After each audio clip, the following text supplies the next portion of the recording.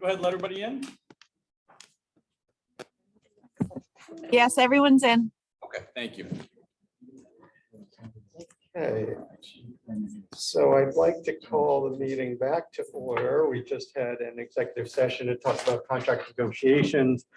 Really appreciate everybody's patience. It's a packed house for us, so we probably should have acknowledged that. So appreciate everybody coming. It's really exciting. We have some nice awards for everybody.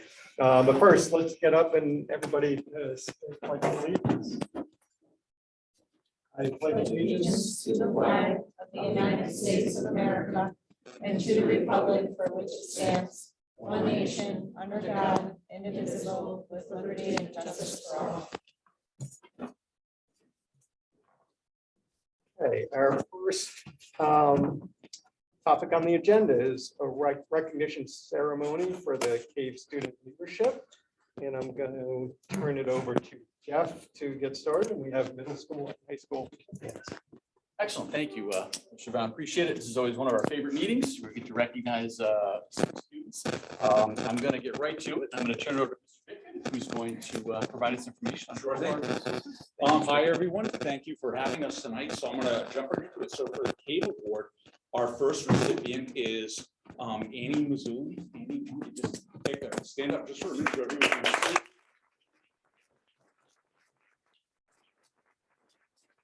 I have a few words here. This is from her teachers in our school. They see her every day and can recognize all of those great attributes. So they wrote, soft-spoken and understated, Annie Mazzulli has proven herself to be a powerful leader who makes each person in every organization she is involved with stronger.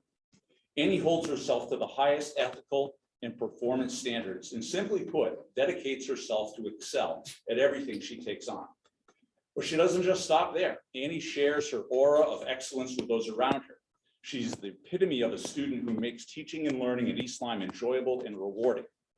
Annie brings her A game, literally and figuratively, to each and every class and takes on challenges that our teachers bring to the classroom assignments with enthusiasm and resilience. In the academic setting, Annie definitely moves into a leadership position in a wide variety of ways, such as small group work. She's able to gently but definitively guide any group of students with whom she's assigned to work with, and she breaks things into small steps, shares the workload with everyone, prospers on their ability, and completes the assigned task on time to the highest standard. Annie is comfortable in both leadership and supportive roles when working with others. Everyone lights up when they learn that they will be working with her. The questions Annie asks not only helps her peers, but inspires her teachers by diplomatically inquiring about topics that truly need clarification and additional information. Her voice adds to every academic situation, but it is Annie's keen insight and genuine concern for others that leaves her teachers speechless. Annie is part of a group of students who have been together for 2 years. This fall, our returning 8th graders were joined by about 10 new students, and that can be disconcerting for an adolescent. Annie has routinely observed signaling to students who find themselves alone to join in with her group and become an active participant. We have watched with true appreciation as she did this with each new student, as well as continuing to work to include any students that need support and help. Her teachers have countlessly overheard Annie saying to others, "Come join us, we have plenty of room for you." The concern and empathy she demonstrates to all around her are endless. Outside of the classroom, Annie exemplifies the same qualities we have noted. She is an important member of several clubs and groups and is highly respected for her contributions in these areas. She is unfailingly polite and kind and has been a key contributor to the successes of our Kiva over the past 2 years. We are sure she will go on to be a significant asset to any group which she chooses to participate in. And on a personal note, we both share a love of aviation.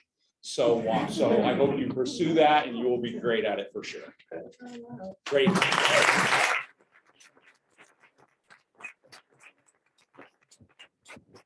And our second recipient at Elms is Kaylee. Now, Kaylee, just stand for a moment so people can see.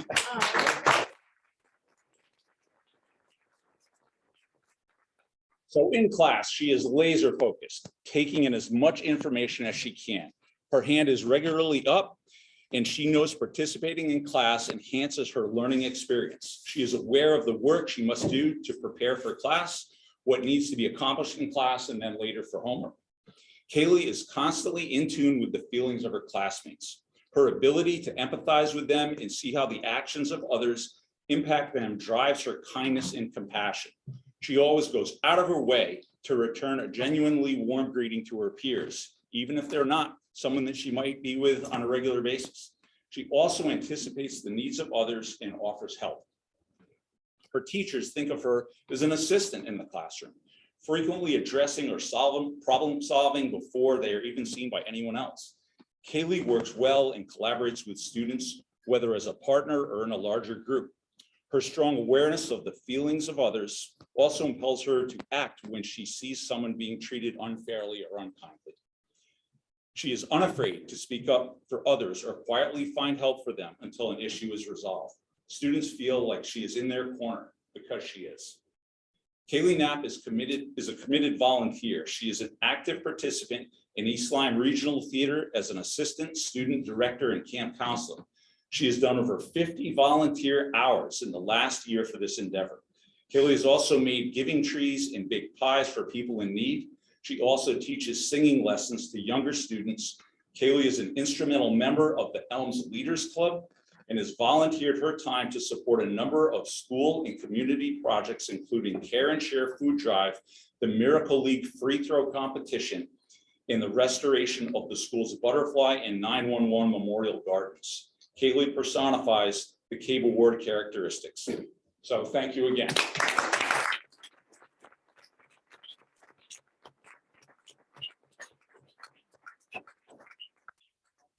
If you both could come on up, we wanted to present you with certificates on behalf of the Board of Education. Picture.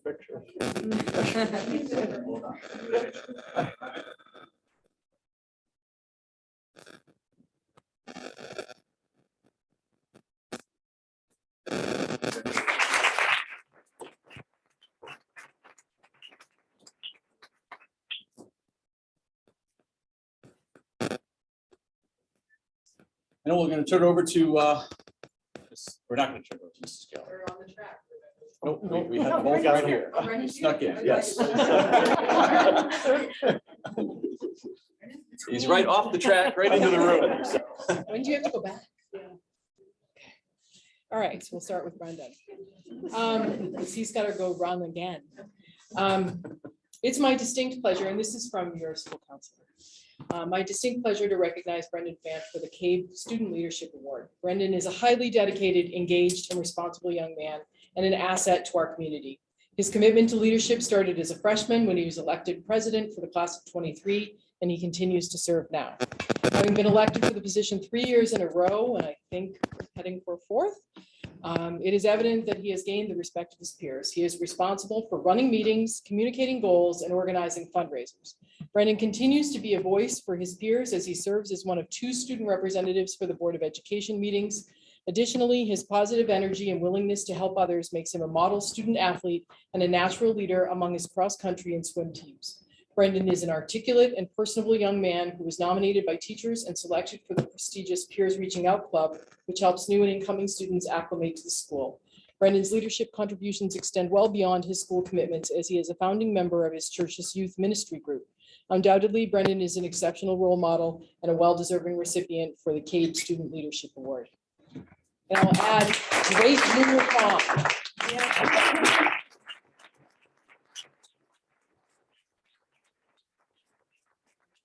Stand. Eve Slemp, and this is from your school counselor. I'm pleased to recommend Eve Slemp for the CABE Leadership Award. Eve has continued to challenge herself each year with rigorous coursework and has taken every opportunity afforded. Eve is a leader in the classroom and displays excellence in academics across disciplines. This is evident in Eve's accomplishment of earning 7 academic achievement awards. Teachers have recognized Eve for standing out in the classroom because of her willingness to help others, strong communication skills, and commitment to academics. Additionally, Eve has contributed to the Viking saga for the past 2 years and looks forward to taking the position of editor-in-chief next year. Lastly, she is a gifted musician and member of the Tri-M Honor Society. Outside the classroom, she's shown commitment to extracurriculars as a member of service clubs such as Peers Reaching Out, Student Senate, and Leo Club. Eve has earned the Gold Award for over 100 hours of documented community service for the Leo Club and holds 2 positions within the club as secretary and media director. Furthermore, Eve enjoys volunteering at High Hopes Therapeutic Riding Organization, playing the violin, and staying physically active as a member of the varsity track and cross country teams.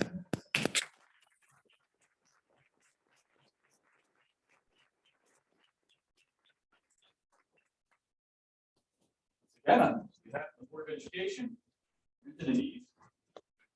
A lot of students. Congratulations to all. All right, I'll stand next to you.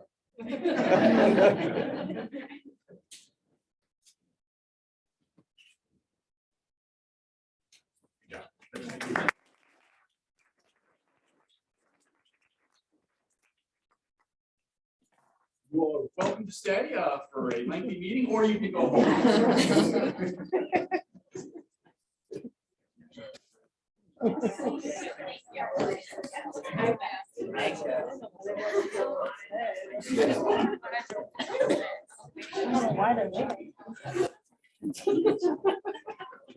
Can't.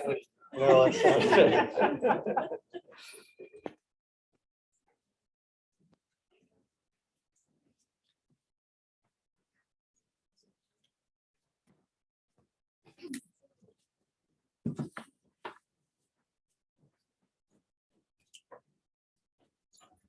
Okay, just letting everyone get settled.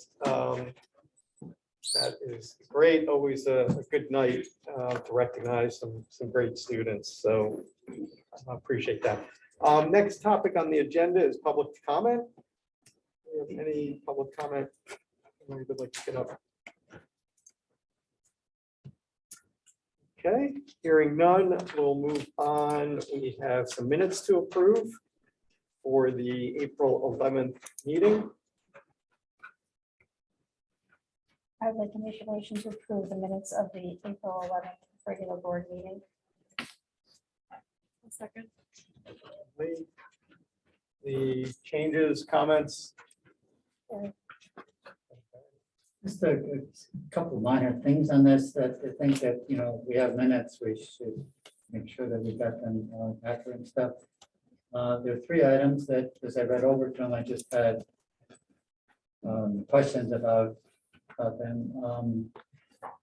One under the, and I would defer to Lee on this because she made the motion. It's under 4.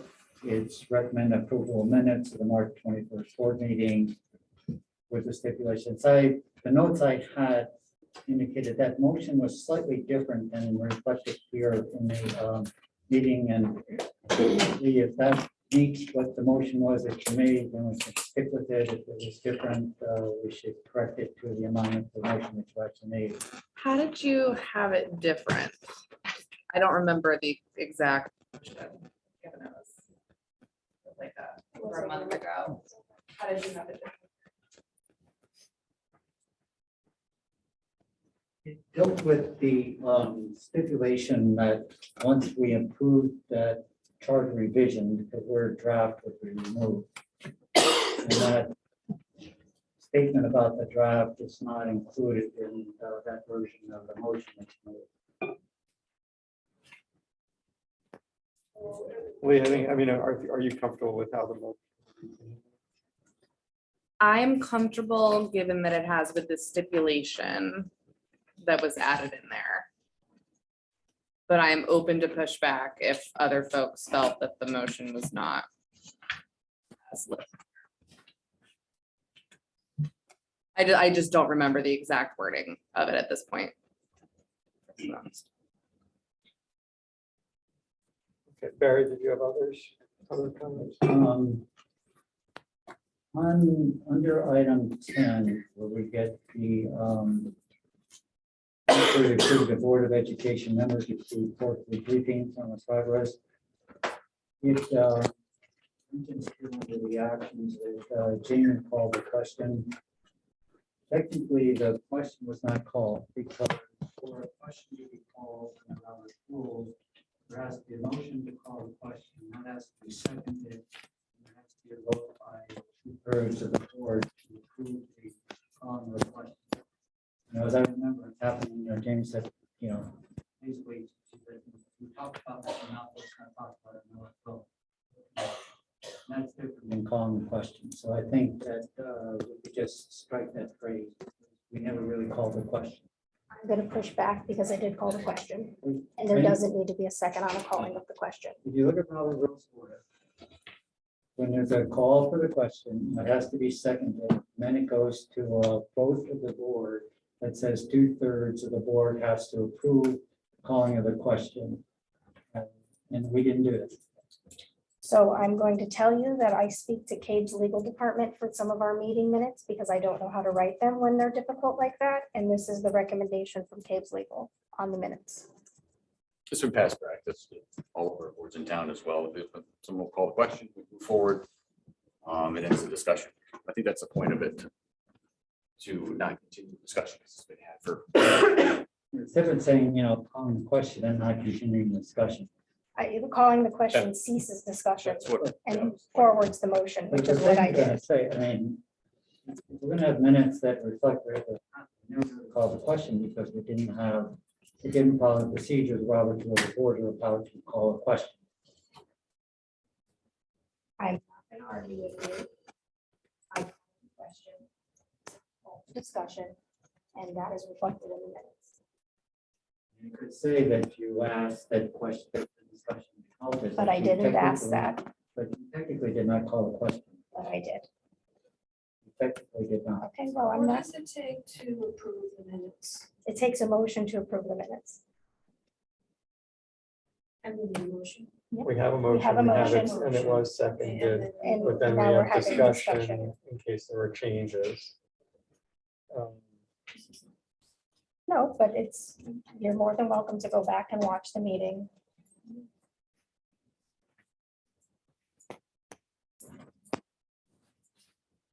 Mary, did you have other comments? No, it's not.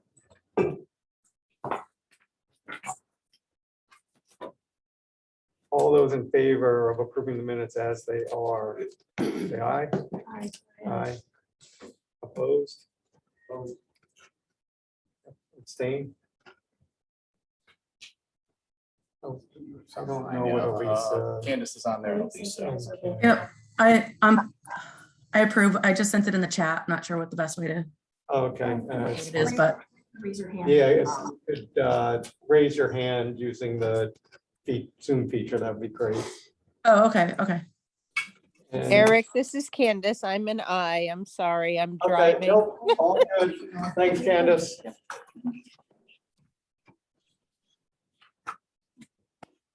Okay.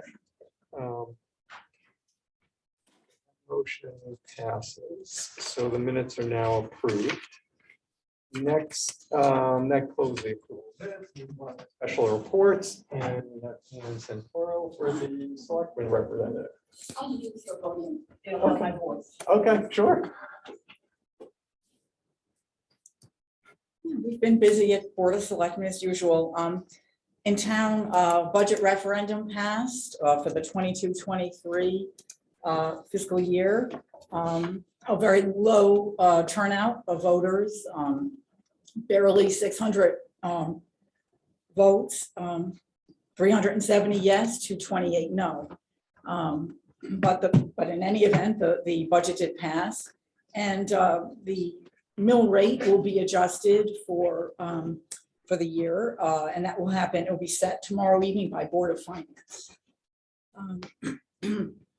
A couple of other developments, the Starlight Motel and the mobile gas station will be demolished as anticipated, and that will happen probably this week or into next week. Excuse me. Coming up, Memorial Day Vigil is this Saturday, a Sunday rather, May 29th. The vigil happens at 7:30 and folks tend to gather around 7 o'clock over at Liberty Green. And of course, we have the parade on Sunday, rather on Monday, the 30th at 2 p.m. I personally always enjoy, it's not probably the best way, but I do enjoy going to the vigil because I think it really sets a a certain tone for remembering our war dead. So I recommend that if you've never done it before to attend the vigil this Sunday. June 1st, the town meeting is coming up for a number of appropriations, one of which is the Niantic Bay Boardwalk to repair the cracks, $70,000 for that. There's a number of appropriations coming up that evening, all of which happily have been already paid for either through CNRE accounts or through grants. And I just wanted to mention that coming up in July 2nd and 3rd, the annual Arts and Crafts Show coming up. And on Saturday, July 16th, Celebrate East Line, we're finally able to do it after 2 years of not having it. So, but that's kind of the highlights of what's happening. Any Thanks, Ann. questions? Got Kate? Hi, Ann, how are you? Okay, except for this. Yeah, really, I'm good. I'm wondering if this was a record voter turnout or lack thereof. So I'm actually checking into that to see if it was a record low. I'm not sure that it was, but I'll be speaking hopefully with Karen Gallo just to find out if that was in fact the case. Okay, just curious. Yeah. And then on Sunday, the 7:30, the Liberty Memorial. Right. Is that for veterans primarily? Is that who the memorial Okay, is? so parade is Monday, the 30th at 2 p.m. Right. The vigil the night before is at 7:30 Right. and anyone can attend. We have a number of veterans groups in town and within the region that will come. And often there's middle school or high school students that present a poem or do a reading. It's very thoughtful, well put together event. So if you haven't done it, it's probably a nice thing to do. Bring a friend. Thank you. Thanks for all Sure. your. Thanks. Other questions? Anyone? Okay, thanks, Ann. Sure. So this meeting, we actually have both middle school and high school representatives. We're gonna have the middle school go first. We have Nicholas Canby and Dylan Manifold. All right, I'll start it off. So I'm Nicholas Canby. I'm one of the 2 middle school speakers, and I'm just gonna give a brief overview on some stuff going on. So to start it off, I'm gonna be talking about Quasi. Just for some background knowledge, Quasi is an amusement park that we went to, the 7th and 8th graders went to. It was an $88 fee to go for mainly because of the coach buses, and I believe there was free food all day. While we were there, we were assigned like a 15 or 16 page packet, which was much shorter than it sounds. And it was like a really fun day. I think everyone personally enjoyed it. And my personal favorite ride was the Frantic. It's a ride that like swings back and forth and slowly goes over and it spins around. So it's a little scary, but once you do it, it's really fun. Another thing is a volleyball tournament. So in gym class, I think it's only the 8th graders got assigned volleyball teams, and each class played like a round robin type tournament, and that decided the winner of each class, you could say. And then those winners each came down to the gym at a certain time, and the whole 8th grade came down to watching the bleachers, and it was like a really big tournament, and the championship game was the winner of those kids versus the faculty, which was really fun. And it brought a lot of school spirit. There was a lot of chants going on and stuff.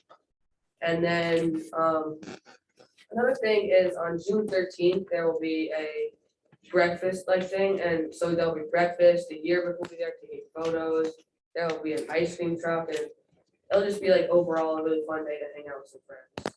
And not my favorite thing to talk about, but SBAC. Everything went smoothly. Like to my knowledge, there were no major bugs or issues like people couldn't get in. So everything did go really smoothly, and I'm grateful for that.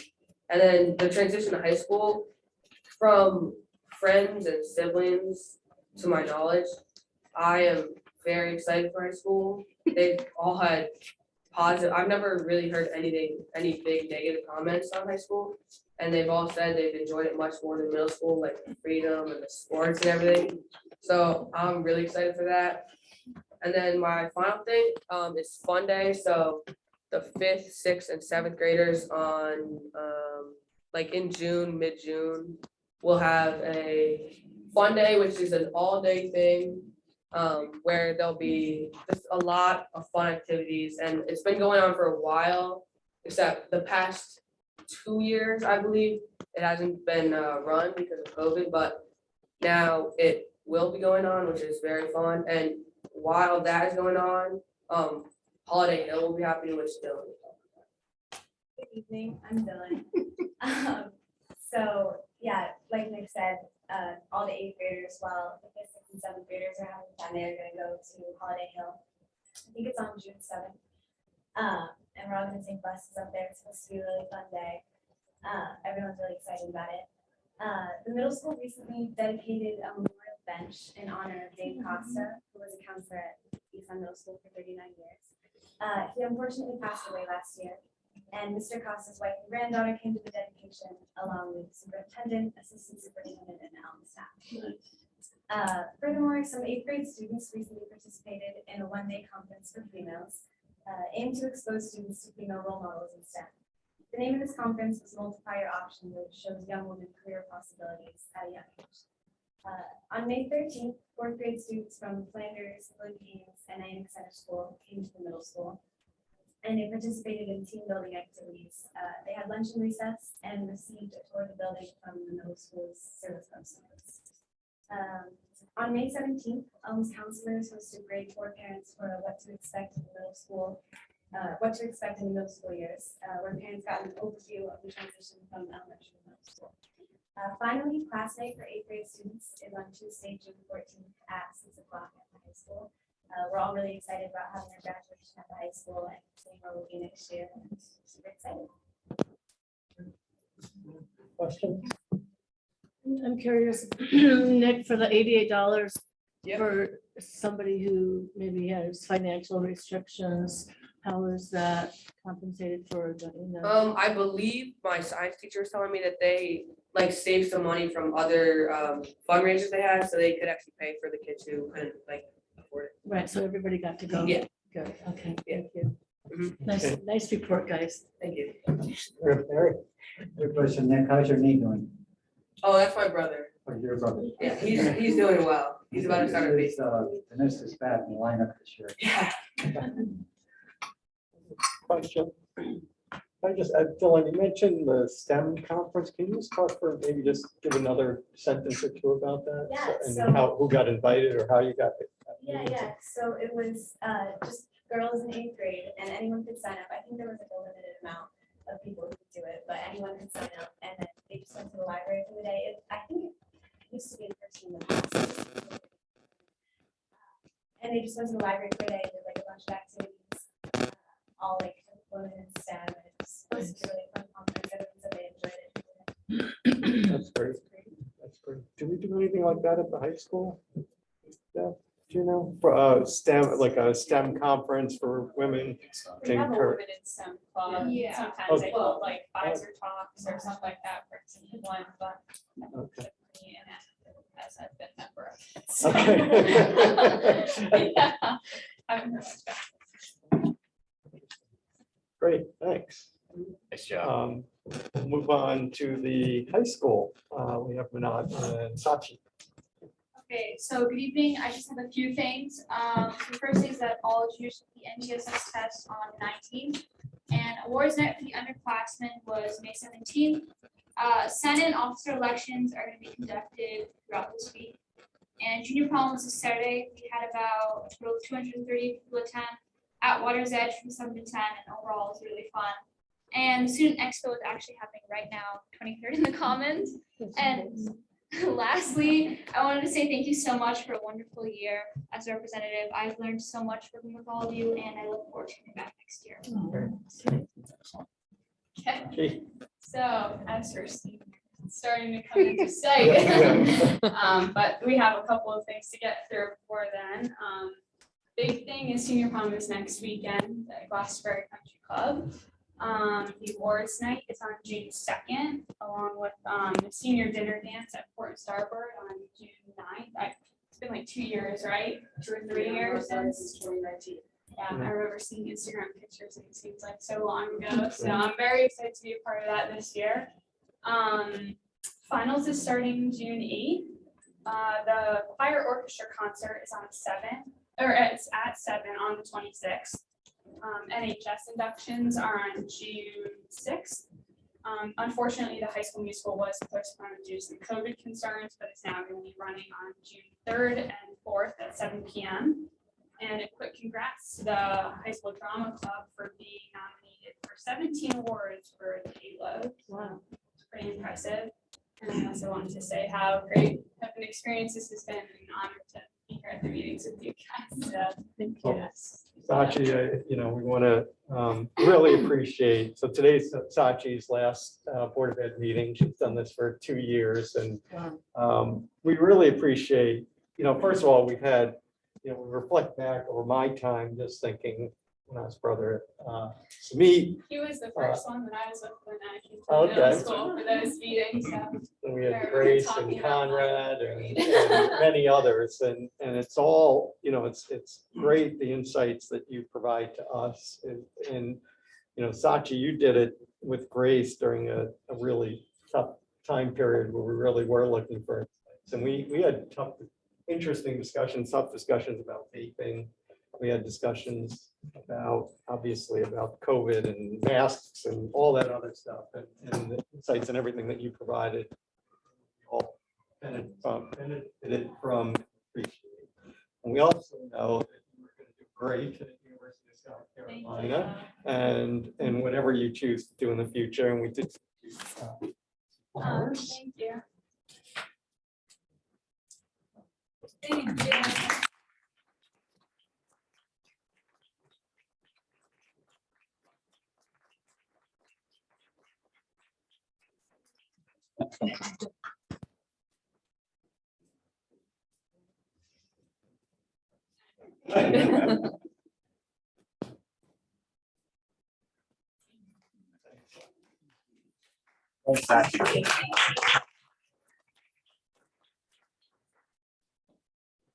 Many thanks to all of you. You can go on home and enjoy the summer.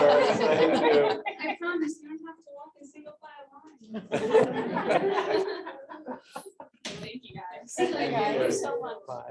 Take care. Okay, so that ends the discussion reports, and we move on to a long consent agenda items. I would like to remove something from the Yes. consent agenda. I would like to remove I. Yep. And I would like to place it. Instructional B. 10B. We, while we're doing that, should we pull also A, which is kind of similar topic. So we'll pull I and J. Yeah, and we'll put those both C. under 10. Yeah, You'll B be and C C. and B, as that has to I will A. be B and J will be C. Yep, we need a, Can I ask why?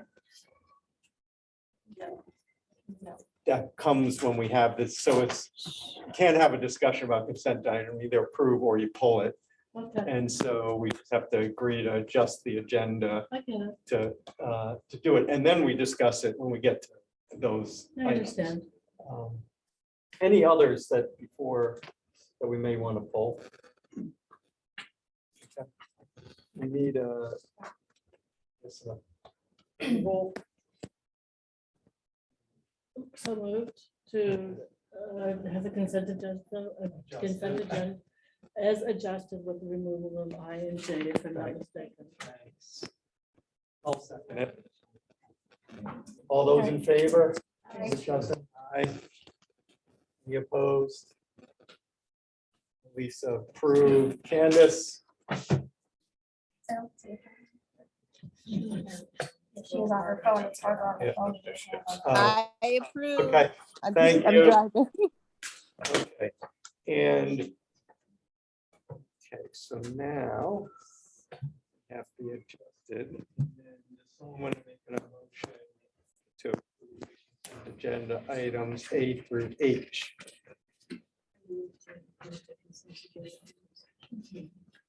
Second. Second, Kate. All those in favor? Aye. I, Aye. Opposed, abstained.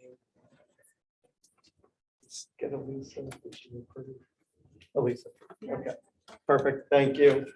Okay, let me just quickly for everyone at home, so you know, we have a number of consent agenda items, all donations, which is really greatly appreciated and really helps the school.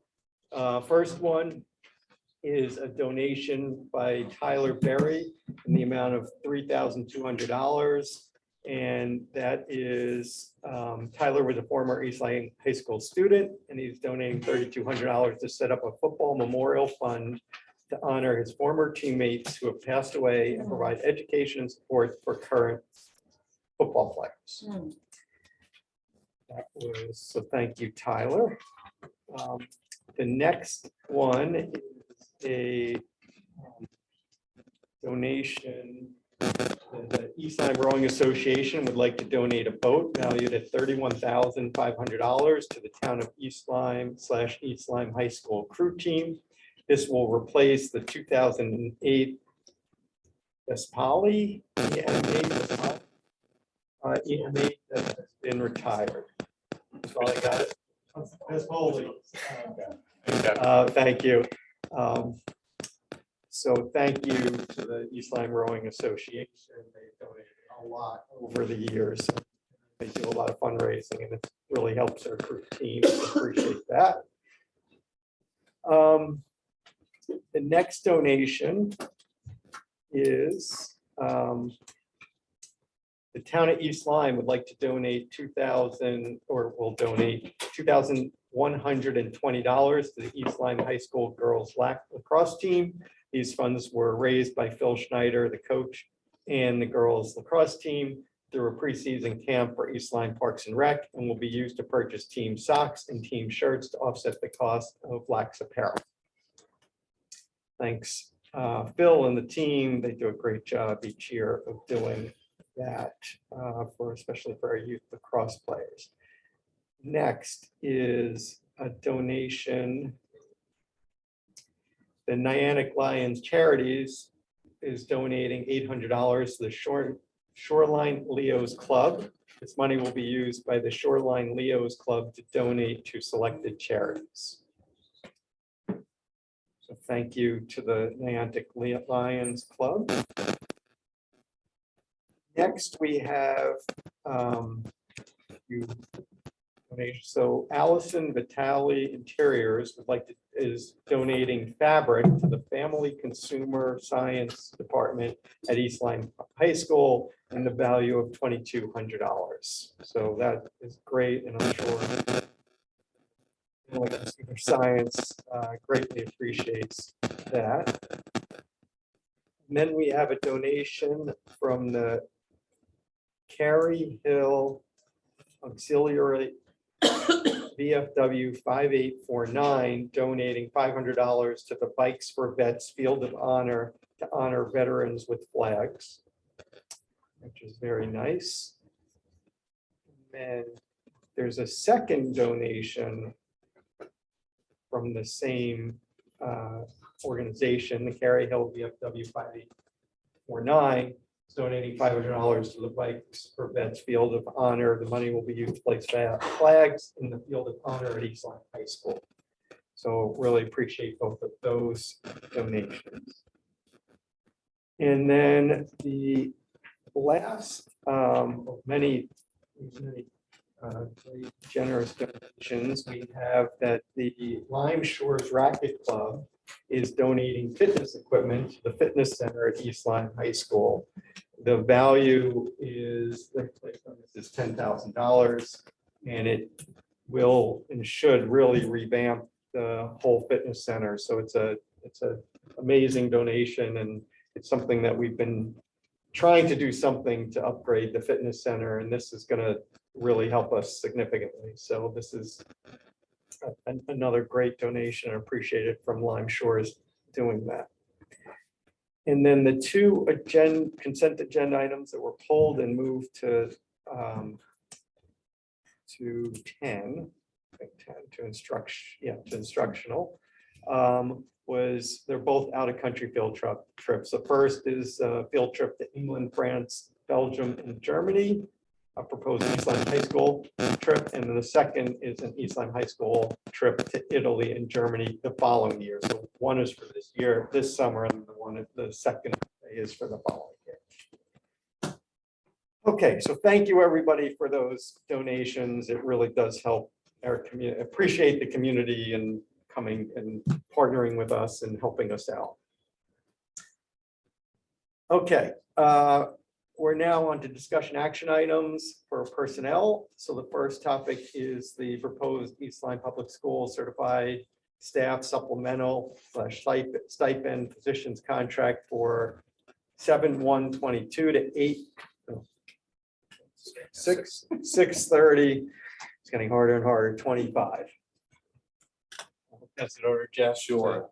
So everyone had a chance to take a look at this. Let me first thank Scott Mahan and Carla Wojtovich, our middle school librarian, for their work as the committee that worked with us. We called this out from the teacher contract negotiations. Did a pretty comprehensive review of the stipend positions. Had a few meetings, and the Teachers Association is in support of this, and I bring it before all of you to move forward and now be part of our certified staff contract for the next 3 years. Great. Are there any questions? Okay, oh. Does anyone want any questions? Anyone want a motion? I'd like to recommend approval by the Board of Education for the proposed East Lyme Public School supplemental stipend positions contract for 7/1/2022 to June 30th, 2025. Okay, seconded, thanks, Dave. Any other questions or discussion? Okay, all those in favor say aye. Aye. Aye. Aye. And Candace said aye. Yep. Opposed? Abstained? Motion passes. Great. Now we have a discussion action item regarding the superintendent's recommendation for the non-renewal of non-tenured certified staff fiscal year 23 budget reduction, resulting in a reduction in force for the 2022-2023 school year. Thanks, Mr. Bowen. Yeah, we haven't done this in a few years.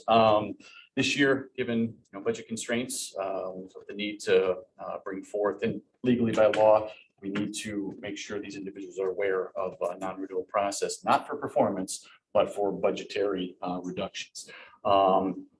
It's an unfortunate occurrence, but we look at our least senior non-tenured staff members, and we're looking at the reduction of 3 positions that are part of this.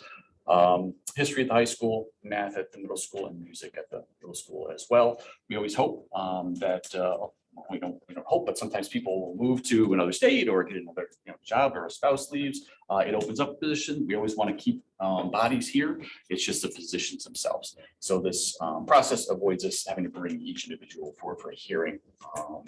That's not something we should want to go through. So we do it this way legally. So I'll look for a motion on that. Question, any questions for Jeff? Lee? Not a question, but I was going to share this in board comments, but it feels relevant here. I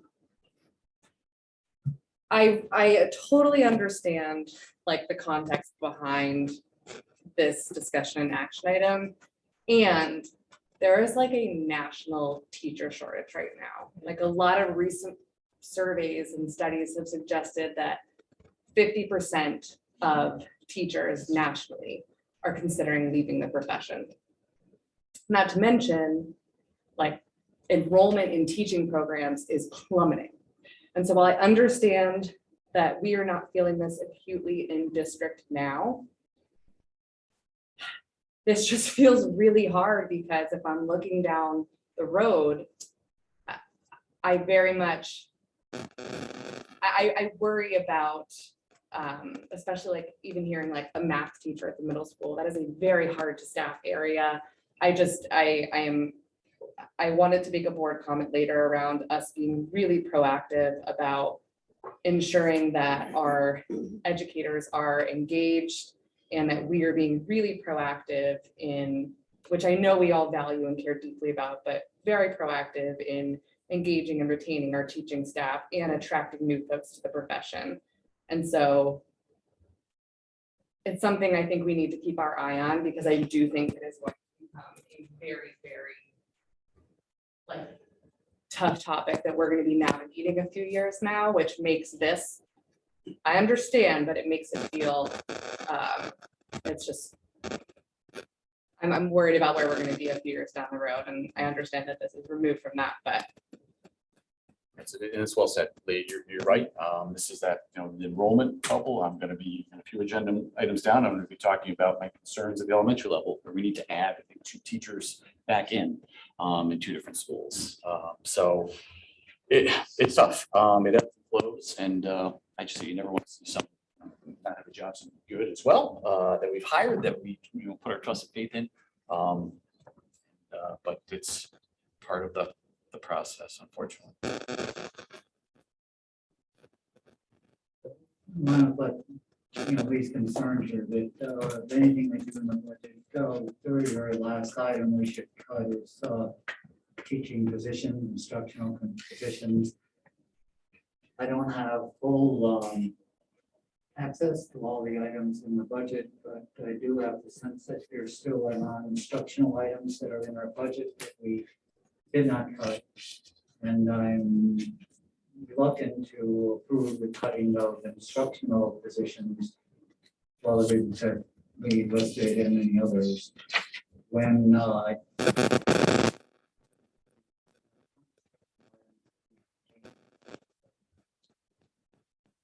Yeah, the problem there is, our staff is, roughly 65–60% of our overall budget at health insurance in. It's a combined, 75 to 80%. It's tricky because it's the most amount of dollars, and we have bigger, larger cuts. Instructional supplies, which we have scoured one side and down the other. There's just nothing left. So it unfortunately leads to looking at positions where you need bigger dollars. And remember, we still have a deficit of $200,000 going into next year, which we need to address, which I know we'll be talking about shortly. So it's, yeah, I understand where you're coming from.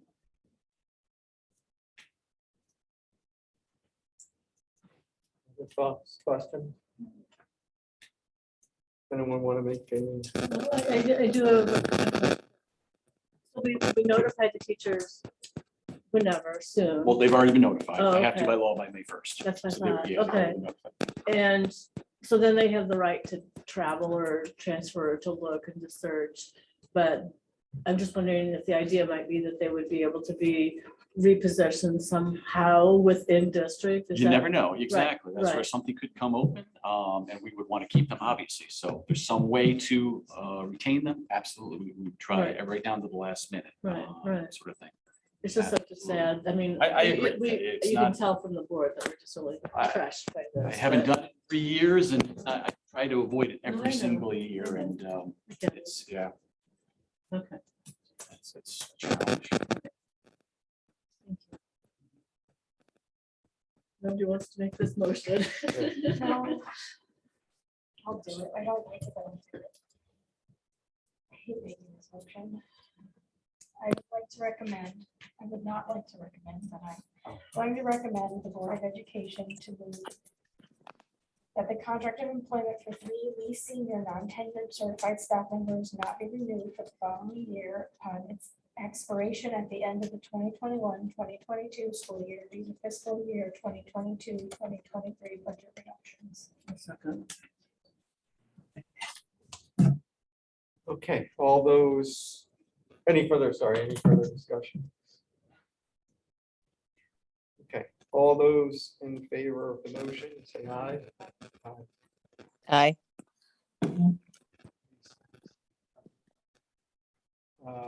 Opposed? Abstain.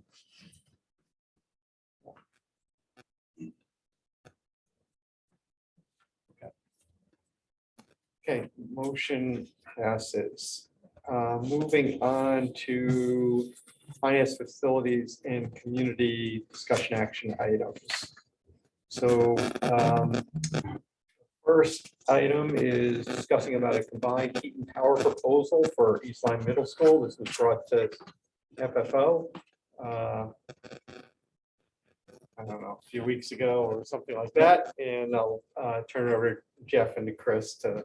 Yeah, so we have some guests here this evening who are going to be speaking about a proposal that I thoroughly support to install a combined heat power plant at the middle school. Mr. Jack Glick and Mr. Elliot Rogers from TecoGen. And just very quickly, a combined heat and power system is one that creates electricity through mechanical conversion of fuel and also takes that waste heat that's generated during the process of burning fuel and then puts it through a heat exchanger to extract that heat and put it into the water. So it's a very efficient system. I've worked with it previously. I have experience through my time in the Coast Guard, where we installed the system out at the Air Force Base, or the Coast Guard Air Force Base combined at Cape Cod. And we generated electricity and used all the waste heat to for the galley and for heating the dorms, the barracks. It's been a long time. Forgetting the terminology, which isn't necessarily bad thing. But we heat the galley and the barracks through it. Very efficient system. We used a slightly distant way of generating it, whereas this is a more traditional natural gas fired system. We were approached by Eversource because they are now looking for ways to take some of their customers off of the grid because of demand elsewhere, and they would be supporting in this project in some way, shape, or form. So I won't take any more of you guys' thunder away.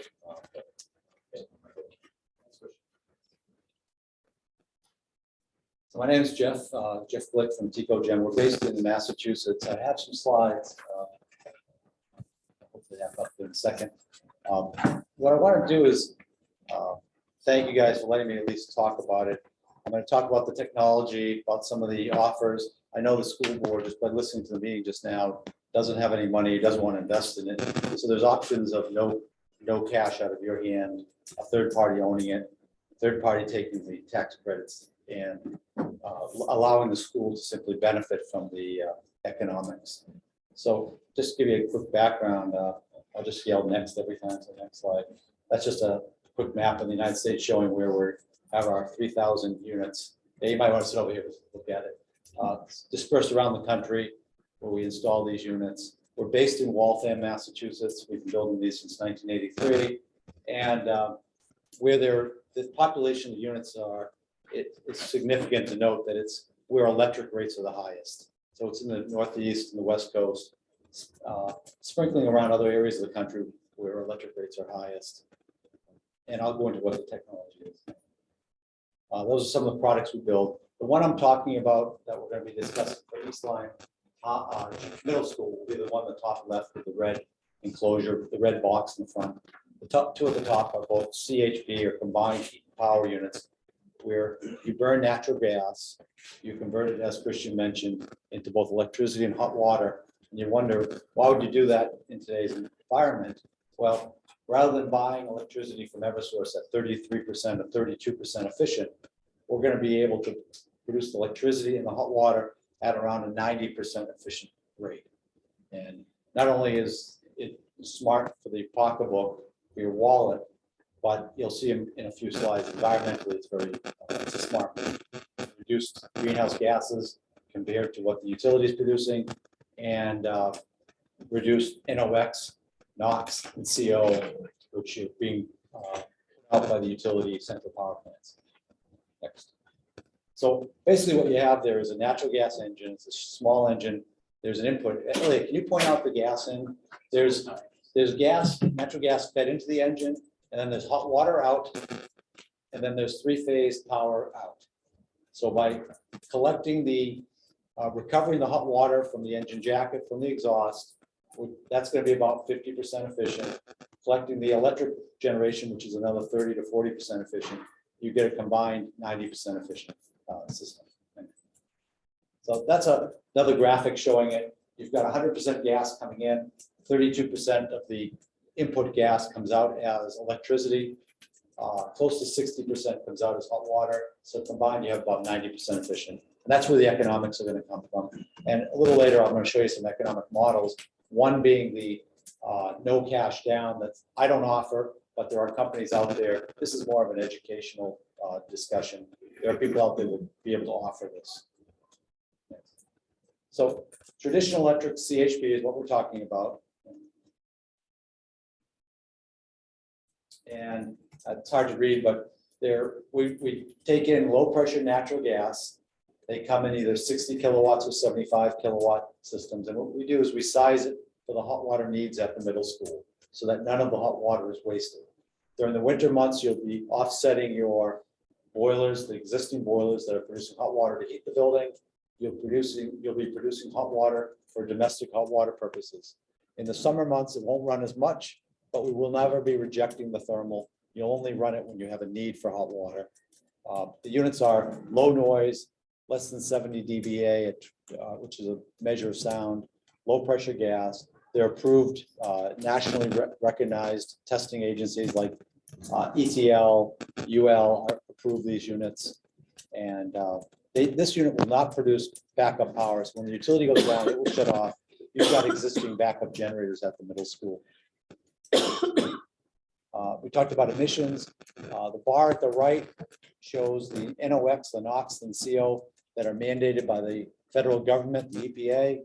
The bars all the way to the left show the outputs of NOx and CO for this equipment. It's probably 1/40th of the maximum allowed by the EPA. So it's clean for NOx and CO. And the next graph shows you, and Elliot's going to point out, the greenhouse gas emissions for a 75 kilowatt unit, which is what we're proposing here.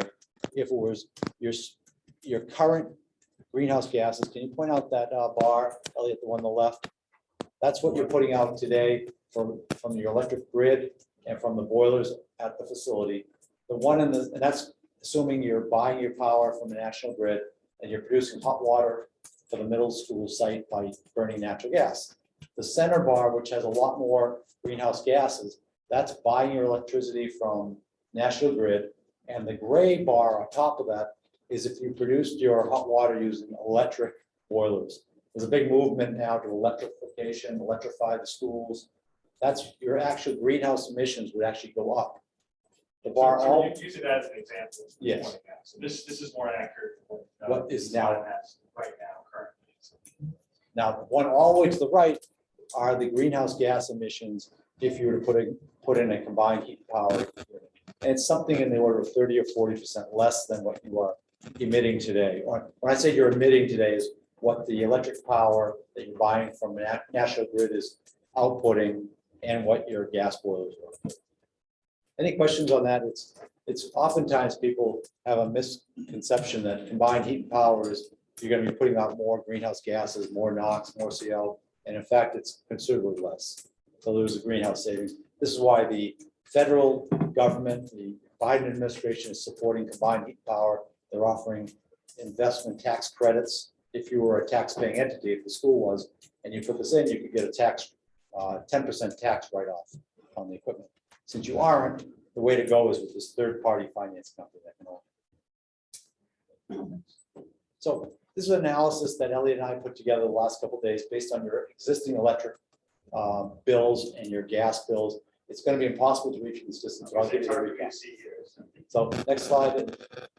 Basically, what it's saying is that if you were to invest your own money, $290,000, you would get a payback of somewhere in the order of 4.5 years. Your annual savings would be $64,000 a year if you invested your $290,000. You'd save about $64,000 a year and a payback of 4.5 years. That's not likely for a public school, although I should point out that we probably install 40 or 50 of these in the school districts around the country a year. Most of them are being put in by ESCOs like Johnson Controls, Honeywell, Siemens, these third-party financing companies. They make the investment. they will then share some of the savings. So I don't foresee the East Lyme School District going ahead with investing $290,000. But I want to show you what it would look like, and then we'll get into the third party. Next slide after that. This is just a graph that we took the top blue graph shows your existing, I think that's electric or hot water. Electric use, yeah. Electric usage. It's existing electric use at the middle school. And you can see how it peaks in the middle of the year. That's a real time, that's your 2021 bills, I believe. What you use. 2020, okay. The one at the bottom shows the same curve, the same electric usage, but that green bar at the bottom is what the cogen unit would produce. The blue would still be purchased from the utility. Next slide. That's the same type of curve, but this is your hot water usage at the top, your natural gas usage to produce hot water. And you can see that the top one is without combined heat power. The bottom one, the green section, would be produced by the combined heat and power unit. Only the red would be provided by your gas boilers. Now, the next option is this no power purchase agreement, zero out-of-pocket expenses for the town, where a company would come in and invest the money, they would install it. The school would only be responsible for one thing, and that would be to buy the natural gas. You buy the natural gas for the unit. You would also be entitled to buy the electric output from this unit at a 20% discount off the current electric bills. So they would match it up with what you would pay today or next year or for the next 5 years. Let's say you pay 11 cents per kilowatt hour for electric usage, for electric power from National Grid. They would give you a 20% discount off of that for as long as you have the unit installed. And typically these agreements are for about 7 years, 7 to 10 years. So you buy power from this machine, the 75 kilowatts at a 20% discount. You get the water from it for free. You buy the natural gas for it.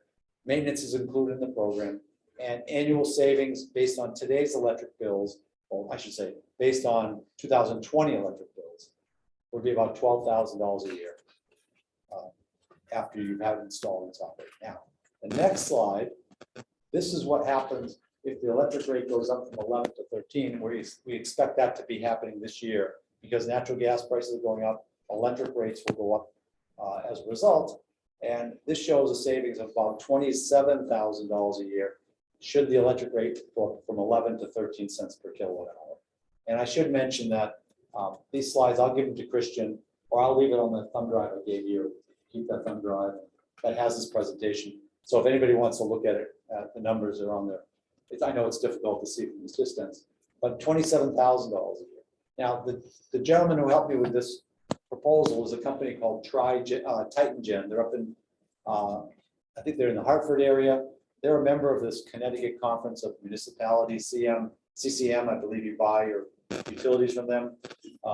And they help me with this. They offer this to many schools and nonprofits around the state of Connecticut and New Jersey, New York.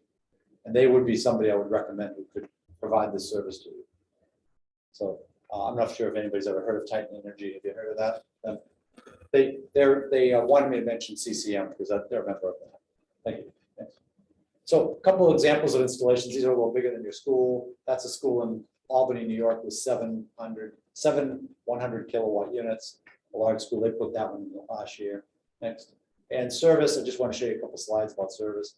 We have service centers around the country. We have one based here in Connecticut that maintains units. So it would be maintained by Ticogen. Your service, your facilities people wouldn't have to worry about it. They would watch it, they would monitor it, call an 800 number and then dispatch service people to it. Next slide. We monitor all units remotely.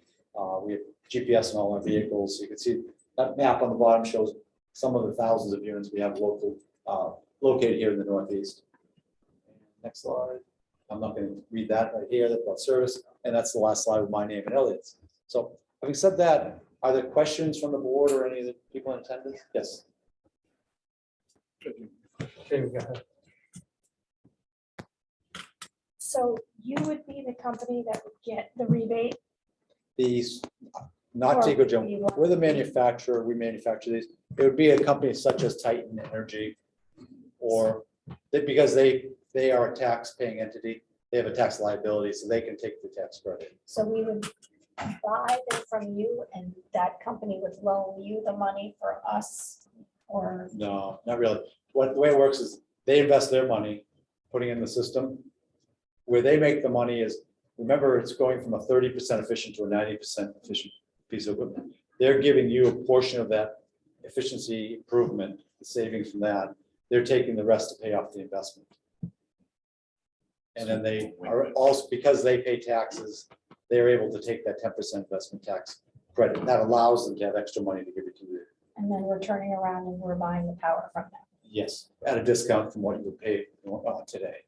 Or what you pay, it's indexed every year. So as your electric rate goes up, that 20% discount off the electric rate increases.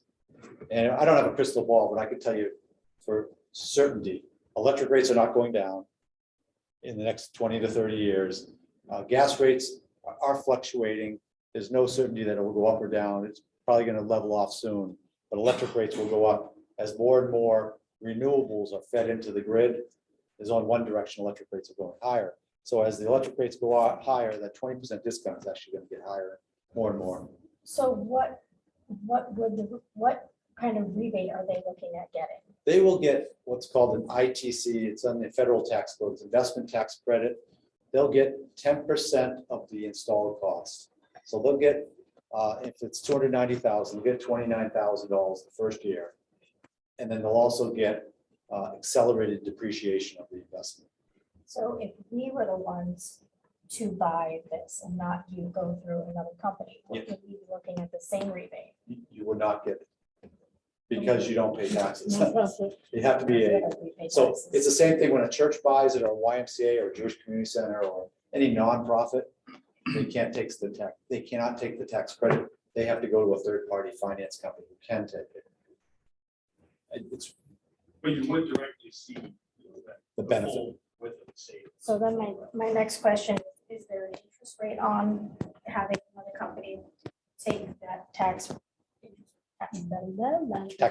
Thank you. No, there isn't. They're going to give you that 20% off. They're going to give you the 20% off. They're going to give you the hot water that's produced from it. So what exactly are they making off of this? Well, if you think Because about that nobody first does it slide, for free. no, it's not. That first slide, what was it? 45,000 or 64,000? Yes, and they're probably. Right there, stop right there. That's the one. 20. Next, that one. So One more, right there. we'd like to show that direct savings. If you purchase this direct, here's probably the amount of savings. Can you point that out right there?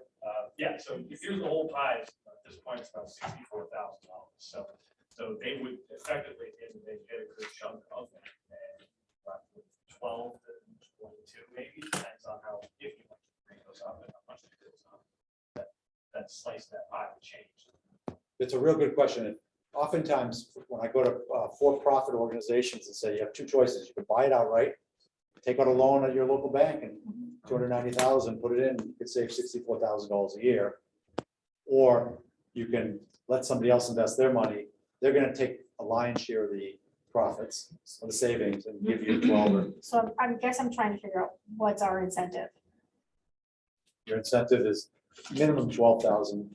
Most likely this year will go up to 22,000 savings per year. Because I actually wanted to talk about our solar panels later on, because we have these solar panels that are 17 years old that are reaching their end of life, and we were promised all of these energy savings and energy efficiencies, and I don't know if they ever got. How old are they? They are about 15 years old. So it's a PPA also. I didn't realize yet. We were told to avoid this building by. No, that's fine, but my point is that we're always told we're gonna get these energy savings and all of this stuff, but I have actually never ever seen that. So, I think to address your question, Jamie, if I understand it right. The way this would work from an agreement perspective is ultimately we reach an agreement with the company who owns and installs it. And then they install and we buy the gas, which goes into the machine, and then we buy the electricity from them at a cost, which they take a certain amount of that money that we're buying from them, which is that 40-ish. It's not 40,000. 60 total, so they would get about 40 of it, and they see it in cash from us. What we see is that we see savings in costs not taken on. that we're not paying. So we don't see any, hey, here comes money back to us. Well, that's so So- that's kind of like a where's my incentive? So what the incentive is for us is $12,000 a year in savings for the initial length of the PPA. And then at the end of the PPA, we sever the PPA and then we own and operate the whole thing ourselves so that we get 100% of the And how long would that PPA be? Typically 7 to 10 years. And what is the lifespan of one of these machines? I love that question. Thank you for asking. My first unit put in was 1983 at Harvard University. It's still running. Efficiently? Yeah, never loses it. See, we replace the engine when it needs replacing. We replace the generator. Put it this way, Harvard now has 7 different units around the dorms and different athletic facilities. The business school just put a new unit in. So it runs, I tell people it runs as long as you have a maintenance contract in place. So the maintenance contract covers everything. In the case of the PPA, the first 7 years, the maintenance contract will be paid by the third-party finance company. When you own it outright after you've gotten to the end of the PPA agreement, then the maintenance contract will be borne by you. Yes. And what kind of interest rate are we looking at? No interest rate. The maintenance contract is based on run hours. That's not annual operating. You pay us if it runs, let's say $1.70 per run hour, that's what the current rate is. So if it doesn't run, you don't pay, you're not making any money. So there's incentive for us to keep it running, so you pay for the maintenance and we both benefit. But obviously you get that lion's share of that savings, we get the maintenance. It's really the savings is power, electric power you don't buy from National Grid. And again, like I said, I don't have a crystal ball, but I guarantee you, your electric rate will be substantially higher than 11 cents in the next 5 years. So my next question, sorry, is I'm getting solar panels at my house, and as part of that, they have to come and do an energy efficiency on my home to make sure an audit. Are we looking at that same kind of thing? Because it's part of the rebate for my solar panels. I don't know if it's part of the rebate for that issue. We performed an audit based on 2020 electric bills. If this goes forward, the company, like, let's say Titan Energy or Honeywell, they would come and do another audit with more current electric and gas bills. What we look for is, we want to see how much hot water you're using, how much electric you're using. It doesn't make sense to put a 75 kilowatt unit in if you can't use the power or the hot water. If it's not enough to power. Recently, I've done a bunch of the CREC schools up in the Hartford area. They've put in 3 units. Other schools, East Hartford High is looking at it right now. So what else down here? But a lot of schools are looking at it because it's not that they're getting a check. It's what they're not having to pay to utilities savings. With the natural. I was just gonna see if others. Let me just ask, quick, with the natural gas coming in, we already have a line obviously coming into that building. That building runs off of natural gas. Yes. The cost to run that, I can't assume there's gonna be a lot of money. We think about what we're not gonna pay, but the extra cost of natural gas. Your gas is gonna go up a little bit. What you're gonna see is your electric usage is going to go way down. So there's obviously still a Yeah. less we're paying now. But also the hot water effect goes without an offset gas, so there is that. Okay, yeah, It that's, uses a good amount of gas. Yep. But then it's also offsetting boilers that are single one-trick pony type thing, so Mhm. they do it better, but it will still offset gas that you know is high efficiency boilers. So there's sort of a slight increase, it's not as much as. What we anticipate is there's gonna be some times during the year, and it's gonna be the winter time when the school is not occupied, when your electric bill will go down to 0. The cogen unit will be producing all the power for the bill. And if we're not allowed to export, like a solar panel can export the power back to the grid, they call it net metering. Cogen's not allowed to. So if there's any time when the building's consuming 30 kilowatts, the unit can produce 75, the unit will automatically ramp back. It measures what is actually will be exporting, and it would produce exactly 30 kilowatts. So you're not exporting, and your bills should drop to almost 0. And honestly, just even said that we have those conversations a lot, how it does that part of loading. Currently, it does kind of look like it's sort of a low hanging fruit facility for it. I have to look into it a bit more, but it seems as though there's enough, heat requirements and enough electric requirements that it may not be doing so. At night potentially, but it has, there's enough load to address it. Other questions? Kate?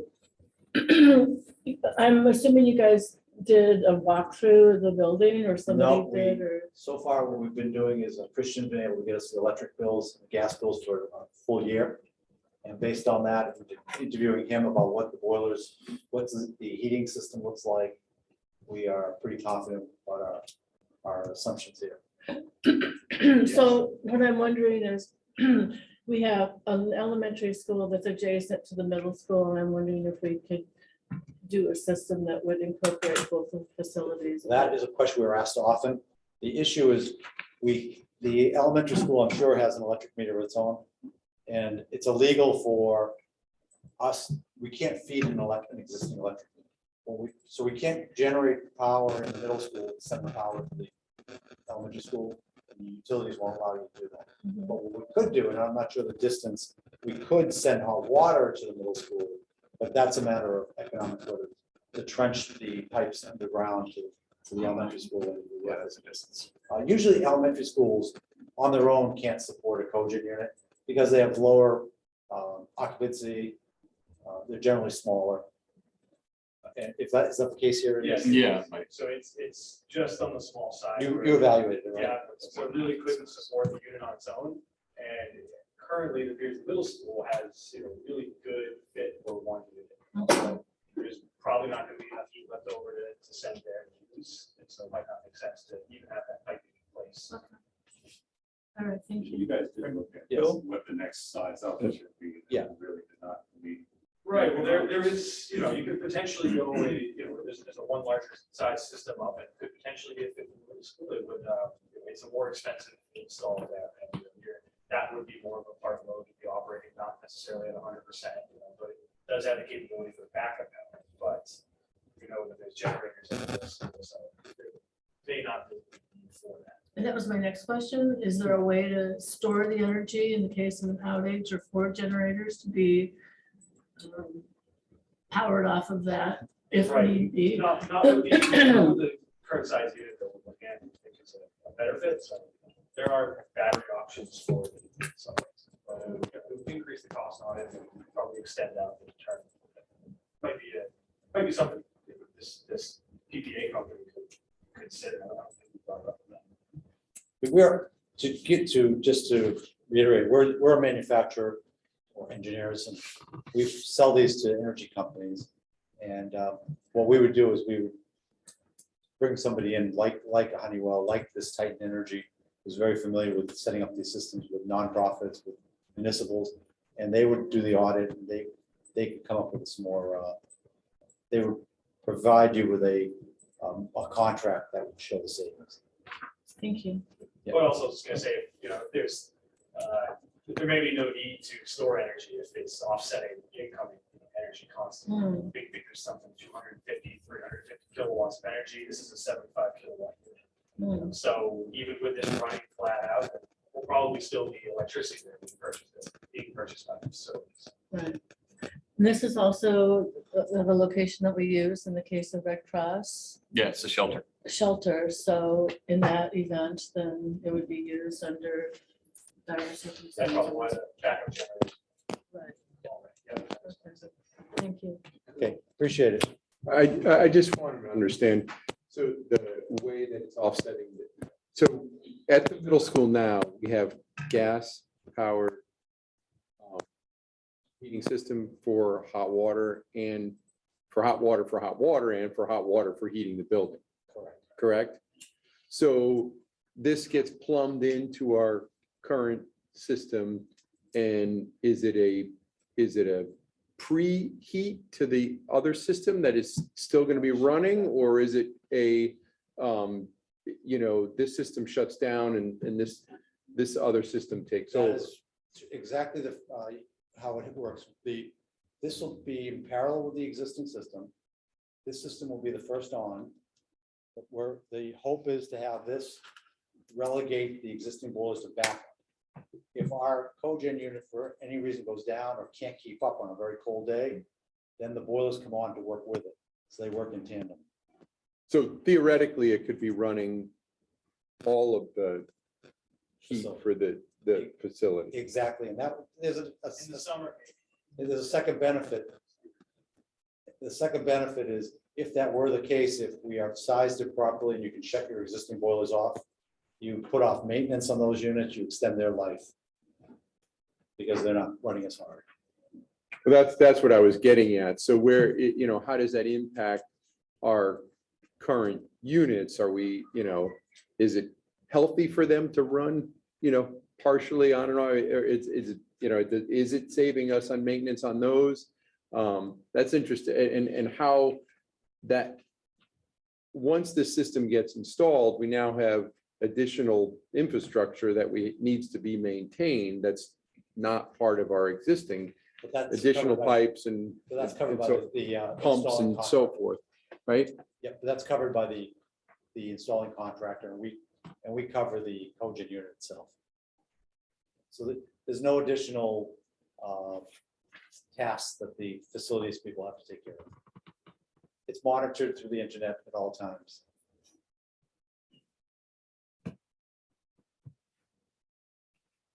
Other questions? I actually had a few, if that's okay. So how much is the larger unit and what's this one was 75 kilowatt for Yes. 290,000. What's The larger one is 125 kW. We'll use some term, it's inverter based, so that allows you to use it as a backup generator, as an emergency generator. But since Christian tells us about you're already having those generators there, it would be redundant. And a turnkey on that would be closer to 500,000. And again, it would probably be oversized for most of the summer months. Okay. You would have it turned down to a lower output. Okay. And that cost includes installation and installing as a backup generator as well. So there's always a chance you can install a 25 harder unit, you know, and just not have that capability included to it. But you know, in that case, you might push for 2 75s instead. So 2 units. Yeah. So then, just trying to make sure I understand the economics piece. So what's the benefit? So the financing company would get a 10% tax credit, $29,000. Yes. One time. First year. Yeah, and then they have some accelerated depreciation. Yeah, that's some benefits. But so why wouldn't we? So if you tell me the delta is, I'm going to say 20,000 to 40 to 60,000. So our payback would be 1 year by installing it ourselves, or what am I missing? No, Because your we're- payback will be about 4 years. so if we install it ourselves and pay for it ourselves. Yeah. We forego this $29,000 tax credit. Right. But we're only getting, each year, we only get $20,000 savings. No, if you put it in yourself, invest. No, in yourself, versus sorry, if we put it in ourselves, we'd get the full 60 And that's the 4.5 year payback. versus getting 20 if the finance company puts it in, who gets some $29,000 benefit. Yeah, and you really don't have a payback. Your payback is instantaneous because you haven't put anything out of your own. You haven't invested in it. But it's the 29,000 just doesn't seem like it doesn't seem like it's a decision. I mean, I think it's, Oh, I mean, it's so you'd be paying them for the electricity. right. Okay. Right, It so- seems like, I don't know why we wouldn't, other than us not, but maybe we can raise our own money. I don't know why we wouldn't pay 290,000 and get $60,000 savings. So tell me why we wouldn't do that. Because why do the other nonprofits go to a financing company? Usually, when we go to a for-profit organization, we give them these 2 options. Yeah. They say, we get the shared savings, I'm gonna buy it myself. Yeah, so why don't the nonprofits do that? Is it, They don't have the money. that's the only reason. A YMCA doesn't have the money. Somebody like Harvard University, like University of Connecticut, that's bought many of these, they get the money, they can raise the money very easily. And they don't find a financing company. They do it themselves. That's exactly right. Yeah, because we're the delta in what we receive, 20,000, 12 to 20,000 of savings versus 60,000 in savings per year. Pay back 290,000 pretty quickly. But to understand the whole deal, how long does that relationship stay? It was 7 years, we'll say it was 7. So They in can 7 extend it to years, 10. it's all ours, and we start seeing the full benefit then. We do. So really, it's 3 years that we're not receiving the full benefit, that we're only receiving the $12,000 benefit, yet it's no investment upfront. 7 years, It's 7 years, and they will, 7 to 10 years. they will structure it. No, because the first 4 years, we're not getting the benefit anyway, because we're using it to pay off what we put out. So the net gain is 0 for the first 4 years. No, you're not putting anything out. First If 4 we years- buy it, Oh, if we buy it, Yeah. there's no gain for the first 4 years. If we don't But buy we it, there's a pay- gain of $12,000 for 4 years. Yeah, yeah. Or I get there's a it. gain of Yeah. $12,000 for 6 years. Yeah, yeah. But then after, on that 7th year or whatever, Yeah. we start gaining what we Yeah. would have had Yeah. if we put the, so really, to me, I'm still confused why you would buy it. Why you would buy it? Why you would buy it if you could get someone else to buy it, Because- and in 7 years, you're getting the amount that you would be getting without putting the initial. Because by the middle of the 4th year, you've paid it off, and you're pocketing the full 6. If you. So there's 2 years difference that you've pocketed the full amount. Now, the agreement, they'll structure, they may drag it up to 10, where after 10, you own it outright. Okay, The so, 7, they may make you buy it at a certain. percentage. okay, so all right, so if It's now not- now the number is moving, but if it was 7 years, that's only 2 years of, I think you're right. I think the economics, if you did straight economics, my guess is even if it's 7 years, there's a slight advantage, running numbers, to buying it yourself. That delta you talked about, getting 2.5 years at 60,000, 12 over. Again, just in my head. yeah, and I don't know what Obviously, the annual maintenance contract is either. It's, Approximately. I understand that, but it, it's about 15, if you think about 8,000 hours a year at $1.70, you're talking about 15,000. it's included in the factored savings there. Yeah. That's all- it. Point it out right there. Point your finger on that maintenance. Everyone can see this, right? Right, put it with maintenance. 14,000. Okay, well, that's helpful to think about. And then, so the larger unit, if we did get creative with Lily, bringing Lily B into the mix. Again, the cost of, but if you had the larger unit, then you could also provide the hot water to Lily B, but there's a cost to make that all happen. How far is the distance? Well, it depends, of course, where you put the unit, but I would say it goes on northern end of middle school, but 400 yards. Less than that. It could go out, they go outdoors as well. They can build an indoor version, outdoor version. That's a lot. If you had told me it's 100 feet, I'd say maybe it's plausible, but I don't think, Oh, it's definitely. yeah, probably not. Yeah. The underground piping alone is not an inexpensive. Installation Okay. is like at least half the cost. All right. So, next step. So, and that's why I stood back up. Yes. Listen, calm everyone's nerves. I wasn't asking for Yeah, anybody to approve anything tonight. Just wanted to get this out there and get support, whether you think it's worth our effort to consider moving forward to the next steps, which, is to get some real, get some real plans together, figure out the actual contracting mechanisms we would use, figure out, we want to go PPA or, is there really a stomach to try to do it maybe as a CIP next year or something else. But at this point in time, just look for thumbs up or thumbs down as to think it's worth putting some additional effort into this moving forward. Yeah, I was gonna say that the timing of this is a little tricky. I've from Just to previous. be totally transparent, yeah, based on the last item that we just discussed. it That's feels- very close to heart. Much rather have Yeah. some teachers than. a 8th grade power math grid. teacher and his wife is a music teacher. Oh, in geez. Boston area. Where's the history? Was that? Where's the history teacher of the family? No, didn't have a history. So, I'm sorry, just. but there's a chance it's 0, but there's no cost for, so that one option, which is where we save 12 to 20,000. There's no cost. We bring in some financing company who buys the machine.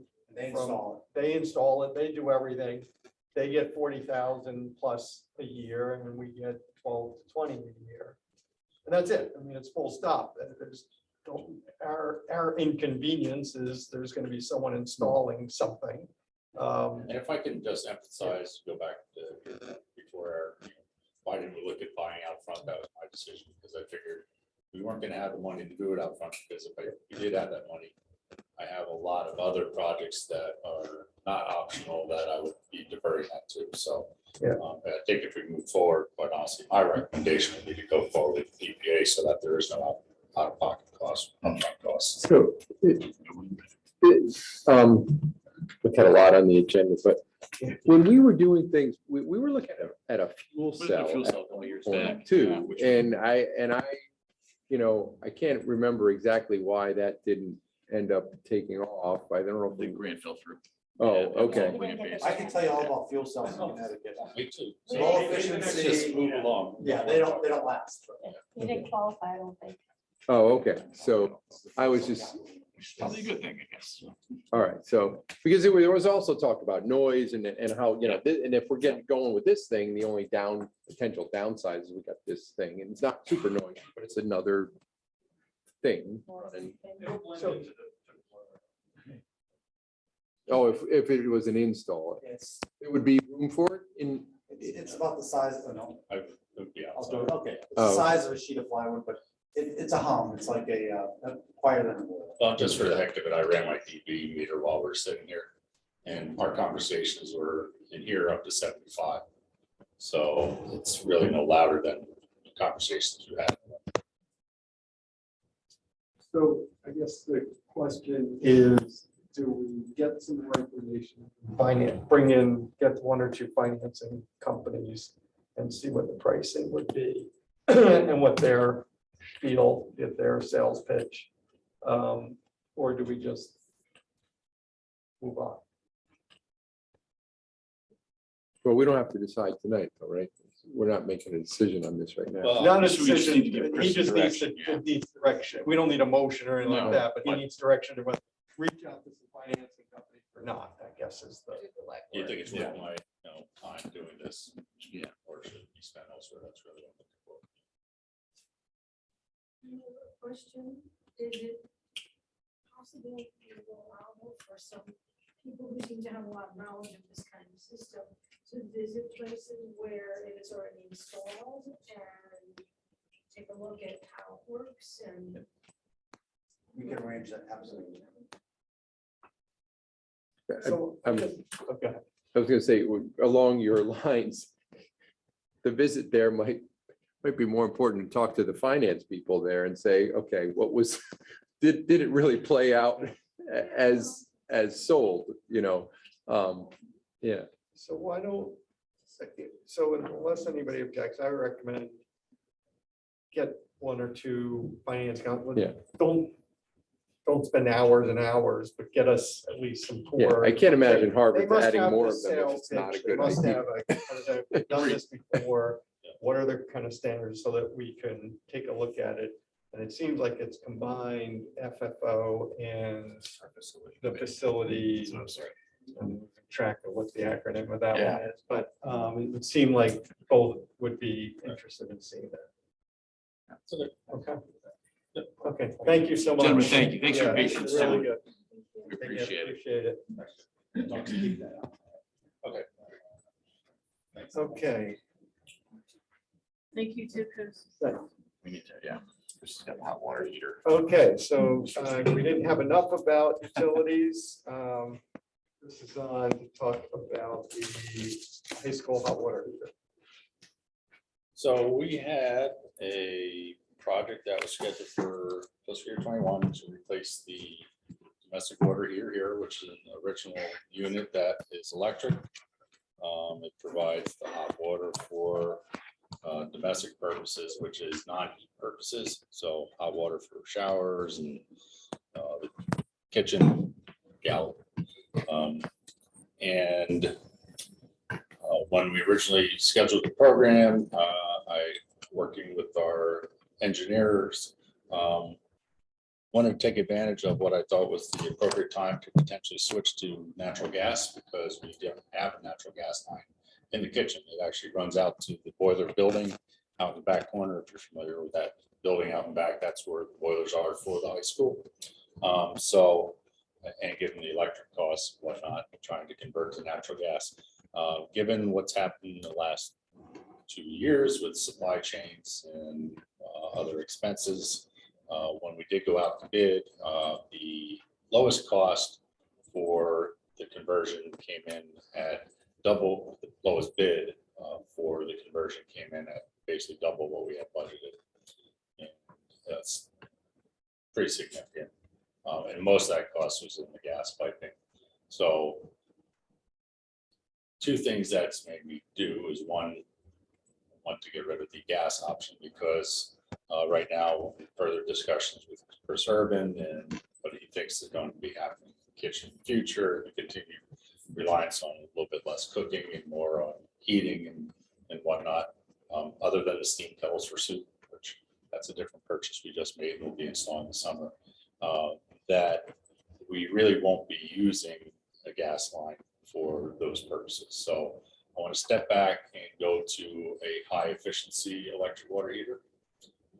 Why I'm here to discuss that is given costs and expenses, we have two things that were related.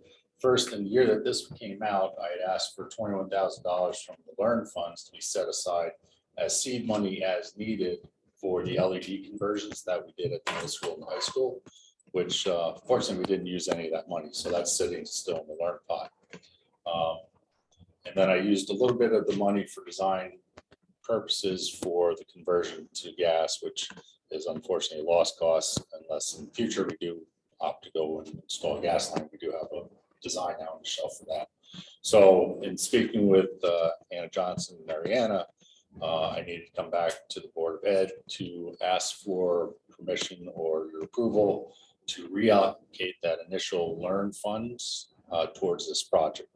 And then we have a proposal already on hand, actually I have it with me, from MCOR, who is our contract provider to do the replacement unit here at just a little bit over what we have available between the combination of the Learn funds and the remaining funds in the CIP project.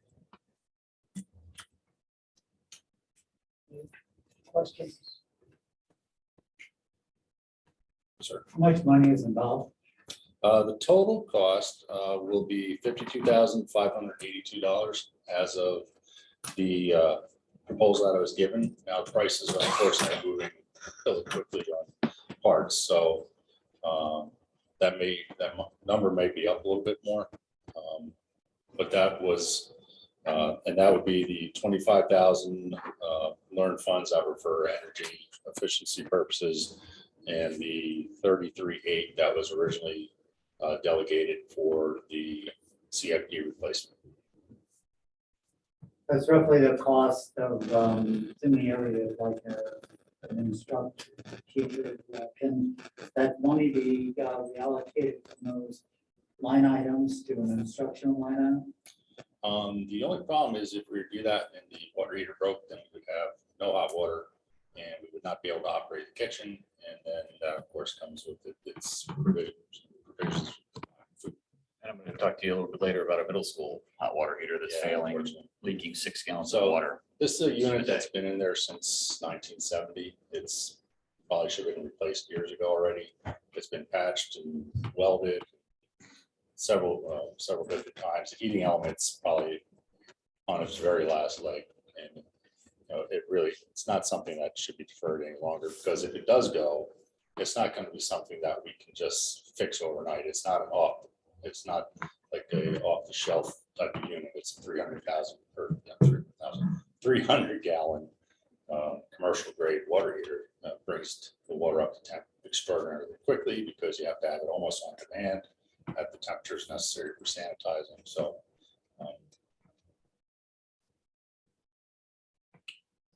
So this would also be for the pool, correct? No. No. No, this is just for the. This is hot the water AED. Yeah. Okay. hot water and day, predominantly kitchen, but So that's that section. bathrooms. Okay. Bathrooms and other rooms that have hot water spigot, predominantly the kitchen. We had some funds from the food program that were used to buy equipment and stuff. This can't fall into that category. It's because they're washing with it and all that. It's shared. Because it's shared. Yeah. Yeah. I'm trying to spin that. Yeah, anything related to the kitchen or cafeteria areas. We've tried every which way to Sunday to try and squeeze dollars out of that. But yeah, we need to bring Say it the back to majority of it's used for the kitchen, right? Yeah. We need to bring this back to the board, yeah, because of the town process and the use of the learned funds. Is any of this hit the culinary wing? Because it's kind of in the middle, so I'm just curious. Culinary wing. You're like I in the think, middle? I know where it is, but I think it might get there, but we can't count anything for culinary. Listen, I'm towards that. trying. Oh, I I'm trying know. to Stretch it. Trust me, they lost a dishwasher, and I was Oh. begging Chris for it, but Those are to no avail. Yeah, we couldn't even do that. Can we kind of change the setup with 2 hot water heaters? One which only services the kitchen and the second one that serves. It's been a long time since I drew out an entire piping configuration, so I'm not quite sure where they go and where the adjoining and separating is and what pipe run or pump runs to which wing offhand, so I really can't answer that. I'm just saying that too. Well, if you have one. Kitchen, if it's only. Right, if there's a separate loop. Small one.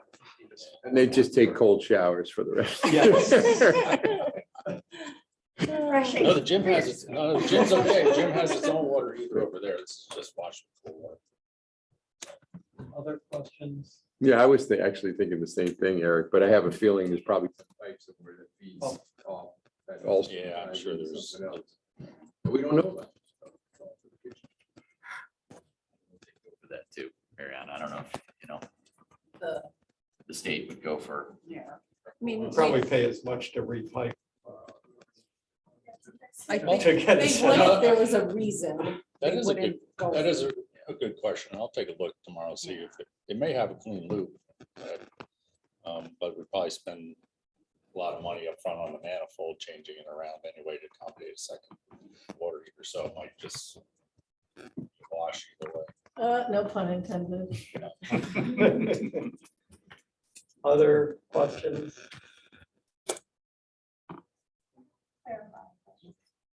So the 33.8 is coming from the light bulb project that we didn't need. No, that was the original allocation from CIP just for the water heater. And what? And there was, 25,000 is the one from the water, the light bulb? so, yeah, and the 25-1, there's 25-1 was learned funds for the Light LEDs. bulb money we right. used? Okay.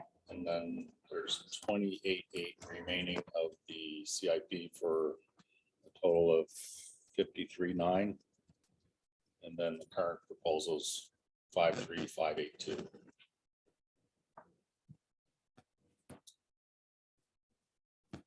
Did I say 5.3 or 5.2, 5.82? You said 5.2, 5.3. 5.2. 5.2. It's 5.2.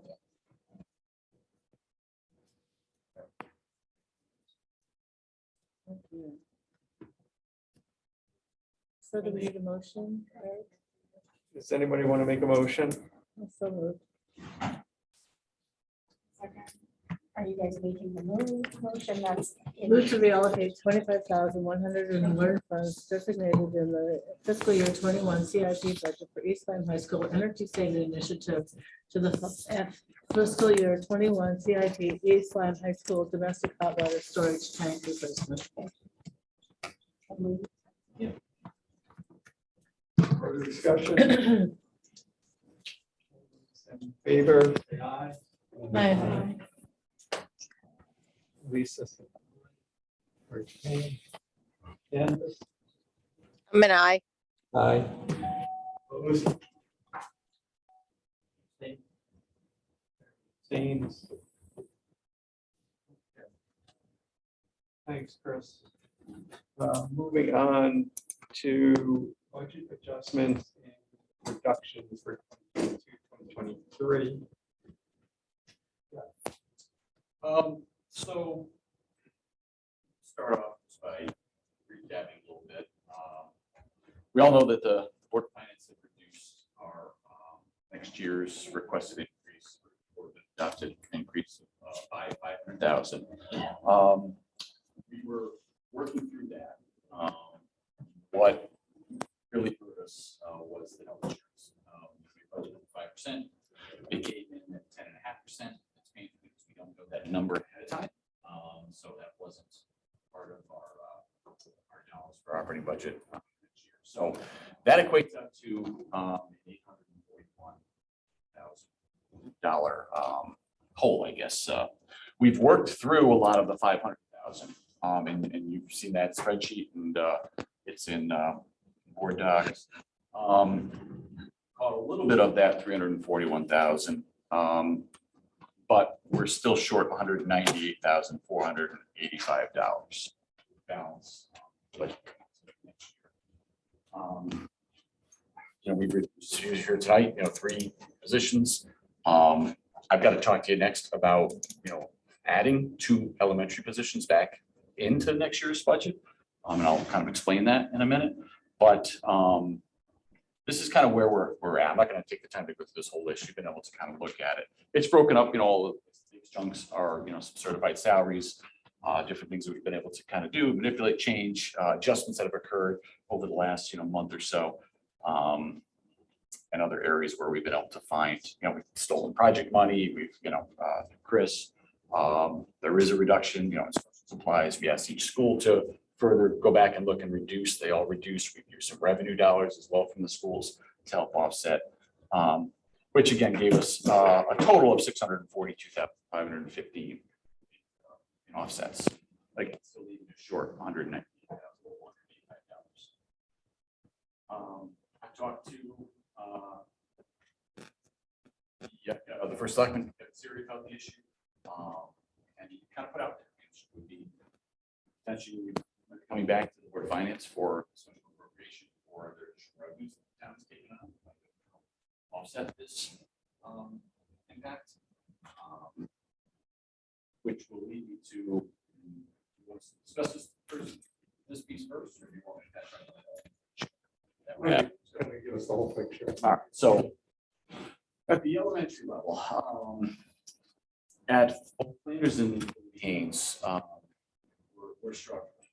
We start with Lily Bay, and we look at the numbers, class size.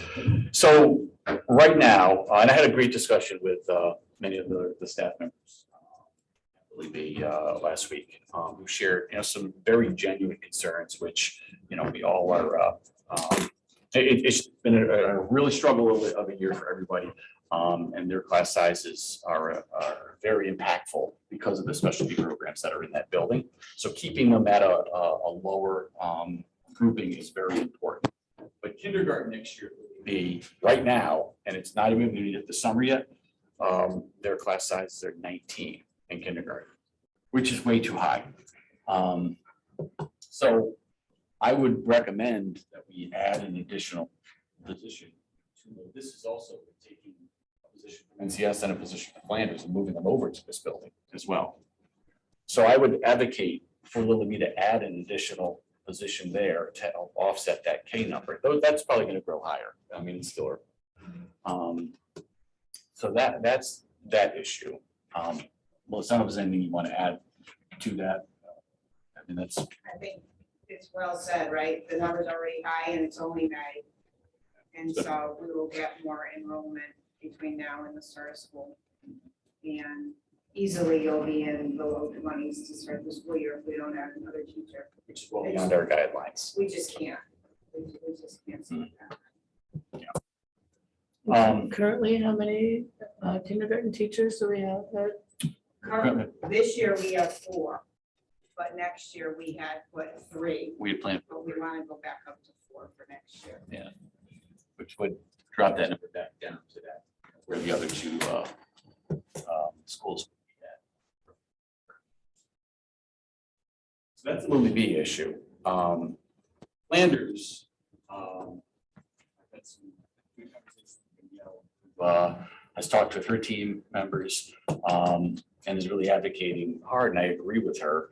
The fact that we've got 24, we've got 2 classes slated for next year in 4th grade at Flanders. Fourth grade? At 4th grade. Each one would have approximately 24 students right now in those classes. And there's some fairly significant needs that students have in those classes. It's just, it's one of those grade levels where, I don't kind of how to explain it, Danielle, but it's just, there's a lot of struggles and need of student need, I guess. is what I put. Whenever you drop down to 2 classrooms, it really makes those needs even more evident because they're not split across multiple. So there's a lot. Yeah. Yeah. Can I just get a refresher? That's gonna be next year's 4th grade. 4th grade. So that's grade, right? That's 3rd grade. Is that the kindergarten class that we needed extra staff for, or was that the current 2nd grade class that we needed extra kindergarten staff for? That is. Because I remember we had a high need in kindergarten. I can't remember if it's this year's 2nd or this year's 3rd. Not this year's 2nd. No, it's 3rd. It's 3rd going to 4th. So it's that same cohort? I think it's 3rd going to 4th. That was 3rd this year currently, right? Yeah, it's 3rd this year, yes. So because that's that that was same, that same That cohort. same that we cohort. of were eyeing students, yeah. then. Okay. Yep, yep, where we didn't add. We didn't, and then we provided had to come additional back and support. bring in a bunch of support Provided staff. TA support, Yep. supports, yeah. Okay, yeah. so it's Yeah. following. Yep, and it's a pivotal year, 4th grade, going to 5th grade, obviously, as well. I just think, with the configurations, we've got some great teachers that can do anything, but that's just is too high, and I think that the needs of kids would be better served and better by adding a teacher in as well. So the number that is going to bring our number even higher than the 180. Yes, so 198,485 would go to approximately at 120,000 under that. Sorry, you're looking at, 1, 2, 3, 320. Yeah. Can I just go back? So there's, how many classes of 3rd graders are there? Currently, 4. 3, and then we had it going to 2. we had to go into 2 next year. Yeah. So same number, roughly, same number of students. It's not that we had an influx of students that we expect between this year and next year. There might have been a few that had come in this year. 3 in the past couple of months that brought that number up. So when we started, we were at like 21 and 22. Thinking that would be fine going into, 4th grade with 2 teachers. But I think, to the configuration again of the students and the student needs are pretty significant. And so from to Bill's question or point, kind of, if we do this, we're back to where we've covered our 500,000, but we've covered none of the healthcare change. That's exactly right. Or within, it's, Within 10,000. So, Yeah.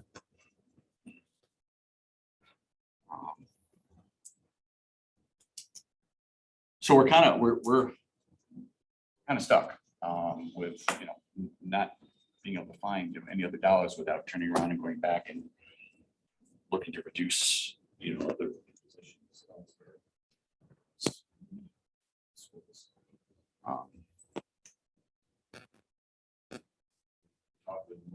Finances. I think the 500 is just an additional hit that we were expecting.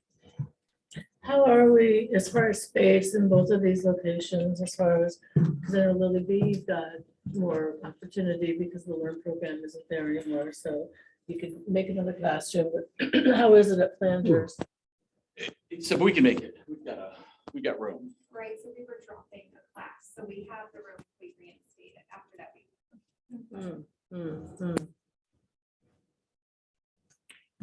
Okay. When you think about these class sizes, and then you're thinking like, we need a teacher student ratios are the key instructional issue. Have you explored other options that might possibly be ways to provide excellent instruction for the students by altering the way the instruction is provided or the curriculum processes used, other than automatically just adding another teacher. We have in the past, Barry, one of the things we did was adding, we had a kindergarten class. Anders, we added, this is part of we added a TA, which was taking small groups of kids out of that large kindergarten class to help offset a large population of kids, providing more intervention work supports. We brainstormed that, the problem with Lily B too is, the specialty programs, you get 70 to 80 students in that building that require some significant needs, have many of one-to-ones. So sometimes you've got a classroom with 5, 6 adults in it too, which isn't always the best for instructional purposes. But that is one way we've done it in the past, trying to just pull groups of kids out, be with a TA, a teaching assistant who can provide a high level of instruction. But it was kind of a patchwork. I don't see it as being the most efficient and effective for the learning of students where we still are with the needs that need to be met.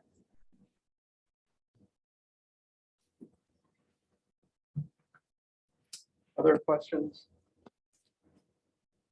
So we don't, sorry. Yeah. No, what was the town's hit on the health insurance? If we got hit with 341, what did the town? They're get much hit with? smaller. They're smaller and she, at the time, she used 8% because we got an update, but they hadn't put their budget in. We had already gone through the process, so she used 8%, I'm pretty sure. So then their hit was only 2.5 and they're significantly smaller. Smaller. So you guys, okay, I see what happened. So, my recommendation, Jeff, is, but we said if, 500,000, was what we could do. Anything more is gonna be pretty dramatic impact. So, I know you're talking to Denise and Kevin, and I think it's further discussions about how maybe they can help us solve the health insurance. Because the issue that we're talking about, if it weren't for the health insurance issue, it's kind of all within the normal, okay, coming into a year, we got to shift here, we're going to find a little savings here, and we're going to do all our, but then we have 341,000, 341 that was on top of a number that was going to be challenging. Yeah. This is that time where it would be nice if the Board of Ed could roll over any extra. Get it back. Well, we could This is- forward them, but we're already. Well, what I'm saying is if Yeah. we had it, We then can, we yeah. could pull from. Oh, yeah. You know how we give back every year what we have left over? If we didn't have to do that, we could make like a little Board of Ed rainy day fund like the town does, and we could cover that. We talked about that about I 5 know, years we ago. talked You can about have it. you 2% of your overall I know. operating budget. You could put into a designated fund for that purpose. But Is we that don't- worth revisiting? It might be. I know there was. Can Yeah. we put that on FFO? Yeah. Because we also wanted to talk at FFO about, I think overall budgets going forward and thinking about that. Just because the town sets on their budget by going into the rainy day fund. It would have been nice if we could have a rainy day fund to offset our budget a little bit at times like this, when we get hit with a surprise. So is the consent? Oh, Sorry, Barry. yeah, sorry. Thanks. We can move back to that list of reductions. Is that, I don't, we can, Oh, we didn't leave this. Yeah. so just a couple of questions about that, but before we go back to another idea on that curriculum discussion with Annalise and all the curriculum teams in here together. Really, it'd be an interesting idea to pose to the teachers on the curriculum committee if there was a way that they could see of with the innovations they have in the curriculum of adapting the curriculum within the schools in a way that could be delivered without the necessity to add additional teachers. That's a possibility. I don't have the answer for that, but it might be something that the teachers could come up with ideas. Just don't know. Um, It could be something to definitely look at there. It's just, is it gonna solve a problem for, 3 months, 4 Right. months from now? Sort of, they're not gonna have that work's not gonna be done by the start of the school year, or wouldn't be done. Could be But- ad hoc. Anyway. Something, yeah, an idea. Yep, Um, we're looking for ideas. Back to that list, one of these are the reductions. Right. If my memory serves me correct, one of the prior versions of this that I think I saw on the updates had an increase for the cost of students at the middle school to pay athletic fees. Has that been removed from this? Increase at the middle school? I don't remember. We cut, middle school sports, but we never, Middle school sports, there Yeah, but- was one of the line items that Yep, Oh. that's in, Barry, that's in 125, object code 125, if you look on that sheet. Is that we, because I Where? a backup computer. Oh, okay. Battery and. oh, okay, okay. So Yeah, we already cut it out. we eliminated, so we eliminated the middle school sports. We didn't propose that they pay, we just eliminated the The- ones that we added. The ones we added this year, And that's not included. what we originally had. Correct, not what we originally had. And so that cut is included in some other cuts that were in our supplemental salaries. And that's object code 125. So that's in these reductions. Yes, yes. Sorry. You know, Yes. so we're, because of the overall budget things, there will be effectively an increase of cost for students at the middle school to participate in athletics. Yeah. There's no cost to that. There's no cost there. No. We're just not having. We're just not doing So, soccer and not doing Soccer and basketball. basketball. Correct. It's we're- not Have been doing eliminated. that. We're gonna do cross country and swimming, which we've always done. So we cut out, Basketball and soccer, which just came into play this current year. but then to say it differently, there's a reduction in athletic opportunities for students at the middle school. Well, yes, I guess you could say it that way. They were, we kind of did a trial this year to see what we would get for participation. We realized with the budget, it's just not worth it to continue. There's a lot of team and leagues across the towns with basketball, soccer as well. Our Parks and Rec youth Yeah. programs for There's soccer a ton and of those basketball programs, are, AAU. very good. I couldn't understand the detail in object code 437 or 73K in that. What are the type of items in 437? Sure. So those are projects, facilities, projects that Chris Lund can give you more specifics, but we are offsetting.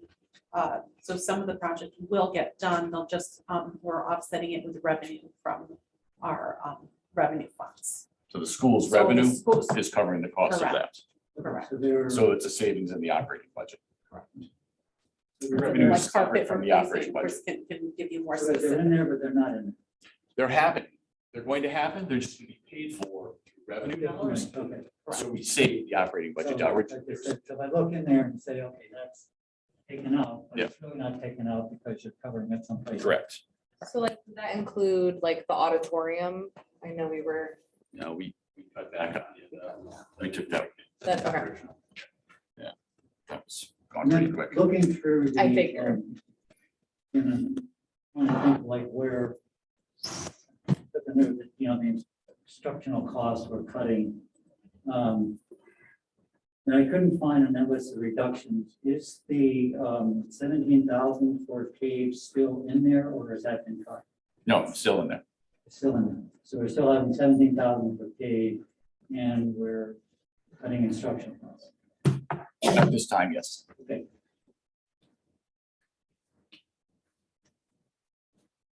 My question? Any other discussion? Okay, Can I just get a feeling then? I mean, I would like to proceed with working with Olivia Haynes and Flanders on the idea of the need for another teacher. Is that the consensus of the board before I go and do that? I would be in support of that. And I know that this isn't super helpful, but as we're moving forward and thinking through what else, I am just additional teachers and also asking current teachers to do more with less. I just don't think that we can move in that direction right now with how our teachers are feeling again, I'm not throwing anything out there that's helpful. I'm just saying, as we move forward with these discussions, that's gonna be something that's gonna be really hard for me to move forward with. We're burning people out. Yeah, so, yeah, the challenge is we have a $340,000 gap. So I think, I know you've been, maybe it's more pointed conversations with Denise and Kevin over the coming month or two about what that looks like. Because well, look, my only concern is that we get to, if we have a $340,000 gap in September or October, we're in trouble. Agreed. Because I don't know where we're finding it. Well, you're gonna start off the year freezing the budget probably, which all that does is impact and spiral. And try and make it up with any savings over the course of, next year, but that's a lot of money to make up. Yeah, that's. Yeah. That's a substantial amount of money to Yeah, make up in the budget. Which is concerning. We've not walked into a new year in this And, fashion. and some of the, some of the ramifications of, we lost some technology support, right? For next year. We reduced, we cut back on technology support as well. So, and we are gonna be trying to run a fully, every kid's got the one-to-one device and all that, and there's gonna be fires that need to get put out that we don't have the resources to do there, so that's gonna be interesting to see how that plays out too. Not to mention special education, our surveillance rate is. Because ultimately, that's gonna create additional stress for teachers, because if they're trying to run a class and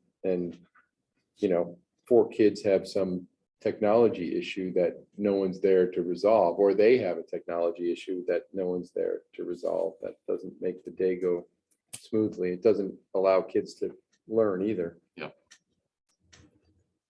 Well, when you're looking at cutting certified or non-certified. No, I'm not suggesting I'm not suggesting that we shouldn't have done that. I'm just saying that's just, I was agreeing with Lee that the stress level is just high. To add more is gonna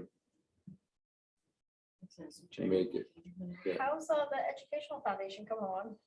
I haven't heard much. in the Yeah, I was just wondering the same thing, Tammy. That's a good question. Because we could really use one of those right now.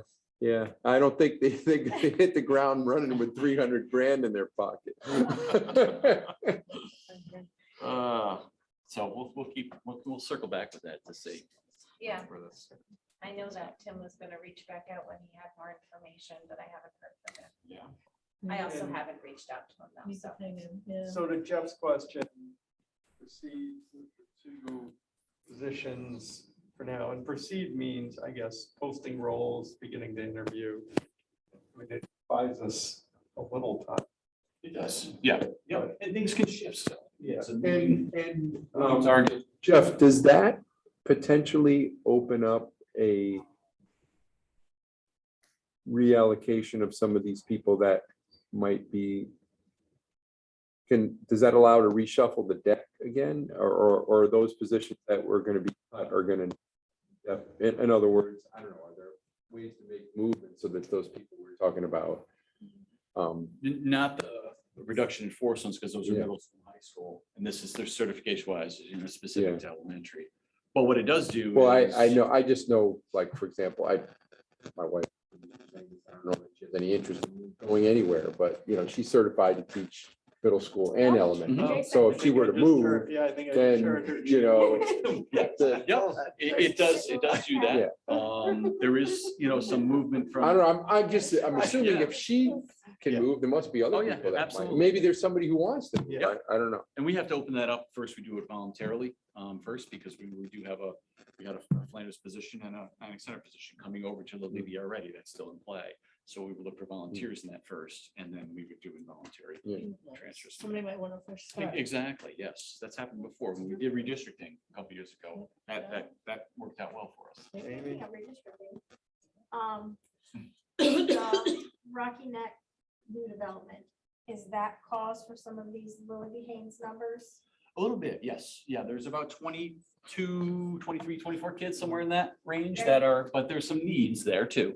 that have come into the classrooms that we're working to address as well. So I know when we did the redistricting, we talked about having that ability to take new developments and put a sign in the district and not give them the map choice. Is that something that you thought about doing? I To help have, alleviate that number? we've talked about it. The only issue is we've got another development that's brewing on North Brybrook, which will have double the amount of units that the village currently has 55 units. North Brybrook's development is supposed to have upwards of 90. Yes, so And what district is that? we can't, that would be, well, I'm trying to remember what it's the map Lily looks like. B, it would be Lily B, but if we go and move the villages over to Niantic Center, for instance, and then that one comes online with Brybrook, it would not help us with Lily B, it'd be worse. And you try to move them both to Niantic Center, and now you're not gonna fit. It's gonna be too much, I'm so just thinking that if you tried to put both of them in Lily B, that's not gonna fit either. it's not gonna work, yeah. So Niantic Center would probably absorb, if North Brybrook comes online, would most likely absorb that. I don't know that for sure yet, and that's been stalled through the process, and but I think it's. I'm just trying to forward think. Yeah, I drive by it every Saturday going to Brybrook for my Yeah. I'm just daughter, trying to so think I'm forward watching. and what the numbers are gonna look like in a Yeah. year or two. Yeah, yep. And we don't want to go, we definitely might have to look at, smaller populations. Not want to do what redistricting. No, I'm not, I'm in But- no way suggesting that thing again, but Yeah, that was hard and tough. yep, and- exactly. So we are monitoring that closely. Is waiting when it goes on. enrollment at Flanders and NCS like significantly behind Lily B right now? Well, if probably you got the specialty programs, which is roughly 80 students. You're counting preschool in there, so the special. Oh, I'm sorry, programs really preschool, only make okay. up about 35 to 40. I'm sorry, I counted Yeah. preschool. Yeah, so total So- then, sorry, Kim, Yeah. total then, yeah, including them as a specialty program. Yeah, the 80 students higher, but that school is bigger too. What do you roughly, let's Right say now, four, 340. 340. Well, that's not counting preschool. Yeah, you count preschool, and the other ones are in the twos. So, yeah, there's starting to be a little bit of a gap there. And that's a question, I again, I had a great discussion with Lily B. Haynes, many staff last week about, and I talked with Melissa about it, and Kim, do we look at these, the ABA program, the therapeutic program, do we split them out and put them in the other elementary schools? But now you need staff, specialty staff to cover those positions too, which could increase the number of staff you need. But if the number keeps growing in one school and, Lily B staff is just, they've got so much need there with students. They got to go to IEP or PPT meetings. They've got some of them have 5, 6, staff members in their classroom. It's very challenging on the regular ed staff that are trying to manage classroom setting and have a lot of disruption that's going on.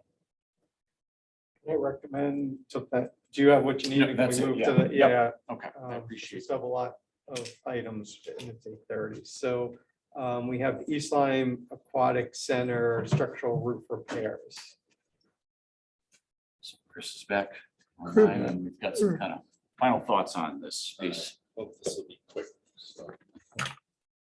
So we received a proposal to conduct the engineering work associated with preparing for the repairs at the pool. We received a proposal from Tecton, who has been the architects that have been doing the work for us all along, and they're also our on-call architect doing other work for us. So far, I've been really happy with the other work that they've done for us, so I will continue to use them. This proposal is for both the engineering and architectural preparation work, as well as the construction services as needed during the actual repair process. The proposals in total of $17,800. I looked back through my records. I was unable to get a latest tally of what's in the escrow funds. But based on just what was there last year minus what we've used so far, that would put us at 114 and change. And if we go forward with this proposal, that would put us around 97,000. Of course, like I said, that doesn't take into account what might have accrued for interest this past year and whatnot. So I would assume we're right around 100K still in the escrow. And as you may recall, since it's in the escrow fund, we need your permission first before going any further to access those funds. So I would request your approval to do so. Questions? Anyone want to make a motion?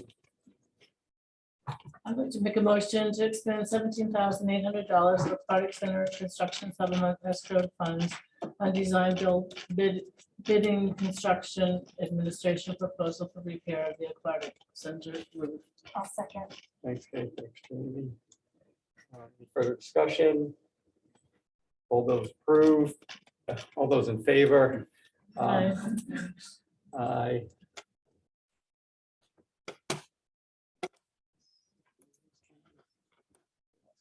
Lisa approved. And it's fell off. Okay. Any opposed and abstain? Okay, motion passes. Okay, that concludes the finance, facilities, and community, and we move on to discussion action items for policy. Turn it over to Jamie.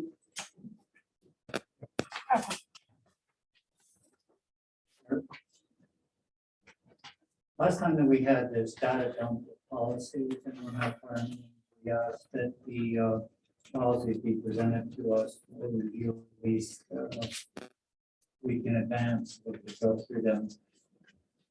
It's very difficult to go through this amount of information very quickly to do any, justice to the amount of issues that we raised. So I'd like to move that we table the discussion of these policy matters until the next meeting, to allow time for board members to review and digest the changes that are recommended here. Do I hear a second? Okay. Okay. Can I ask a This- question so before this- we vote? No, we don't, we Yeah, have you discussion have to. now. Yeah. Oh, Yes, great. yeah. My question is, this being the first review, we still have 30, correct me if I'm wrong, we have 30 days. Yep. And then we come back and have Yeah. additional discussion. Yeah, Okay. that's, Exactly. yeah, So- that's the point. Yeah, so the process is, policy committee goes through, makes some suggestions. It comes to us for review. We have 30 days now to review it. We provide comments to Jeff, right? Correct. Provide the comments to Jeff for those first review, then it comes back to second review and Jeff will let us know, or let the policy know, hey, there's been some comments in that time. And that prior to the second review, which is when we go and motion to approve. So we're not voting on these tonight. The only one you're voting on is the first one there, Would the be- 3000 series, but that's been sitting now for Yep. over a month. Yeah. For- Does that clarify? Just- Yes, thank you. Does it clarify? Oh, sorry. Sorry, no, well, does it clarify review, but does it also vary? It still isn't, allow me time to go through and look at these things, so. You have a whole month. But for this meeting tonight, so basically these are just on the agenda, this, nothing item on the agenda then. No, No, it's- let's give Jamie a And chance. I'd like to ask a clarifying question. So are you looking to table A, B, C, D, and E? Lost my screen here, my notes are the 3,000, the 4,000, and the 5,000, everything through 5151. 3, 4, and 5, everything that has those numbers associated. Table. Okay, so my next question is the 3,000 policies were on the April 11th meeting that we didn't get to. So we've already had an extra month to read them since the April 11th meeting. And then So it's you were difficult asking reading for them another 30 days? to our next meeting, because on the 3,000 meeting, policy 3280, you go down and try to read that and you can't find that. 3280. Use them as our policies, you can't find them. Yeah, I just pulled it from the policy bar down and he's right, it's not there. I'm just gonna put it out there again. This is a unique situation with what we need to do with this process to get all of our policies revamped and up to speed. I'm gonna ask again that, board members, trust in the committee and this committee between Jamie, Elisa, Jill. and Jill has gone way overboard. Barry, the amount of time it takes, I mean, if you want to give me another secretary, I'm happy to get these to you in a week ahead of time, but it's just not going to happen with the amount of paper and work that's being put into this. I mean, Jackie is beyond extended herself. And it's just not going to happen. So I guess I'm asking for your trust in the process and the committee to make those decisions with legal counsel to move these policies along so we can get our policies, back where they need to be and get rid of all these old ones and get ourselves, aligned where we should be. I apologize for my frustration, but that's where we're at. And I mean, I understand, Jack does great work, Vinny does great work doing this, and the urgency of like having to do these right now and why they can't just wait for the next meeting is, it escapes me. I don't think there is urgency. It's done. I have grave concerns that we're going to get ourselves caught up in a situation and one of our policies is not going to support us or it's going to get us into trouble with some of the ones that we have currently. They're not up to date. We have policies from 1994. I mean, I graduated this district in 1991. That was 3 years prior to. It's ridiculous. We need to get these up to date and up to speed and get this problem rectified. So for me, there's a great urgency. The committee has done a phenomenal job moving these along. And I would ask that we all trust in their work.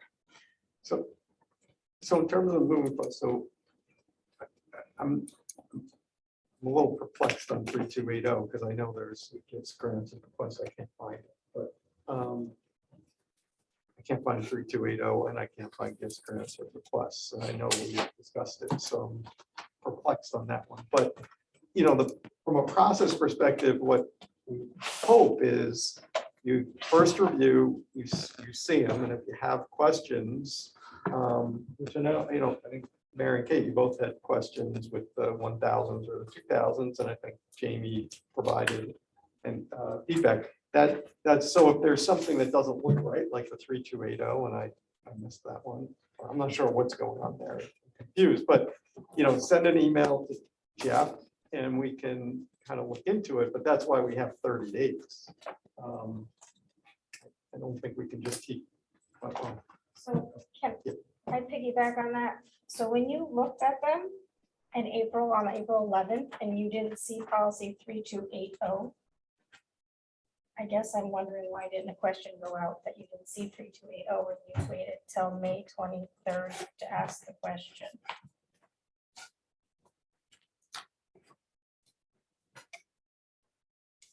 That was my agenda to see what I was doing. So I just want to break these up because there's A and then there's B through E. B through E, we have 30 days. So in terms of deferring, delaying, we do have 30 days. 30 days plus whenever the next meeting is. So if the next meeting is after 30 days, then it's. For instance, on B, policy 411.3.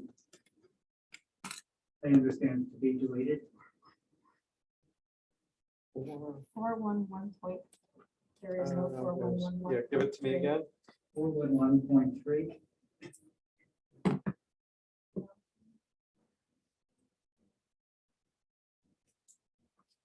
What's the name of it? It's under B. Do you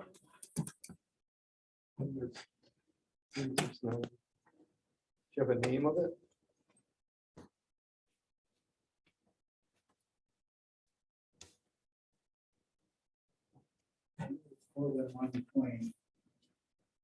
Remember what the issue was with it? Barry?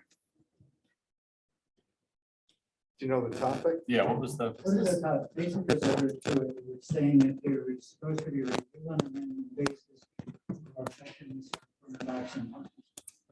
So if they have a question on that, the fact that we're not doing, we haven't done it. So 4111.1 affirmative action, recruitment and selection.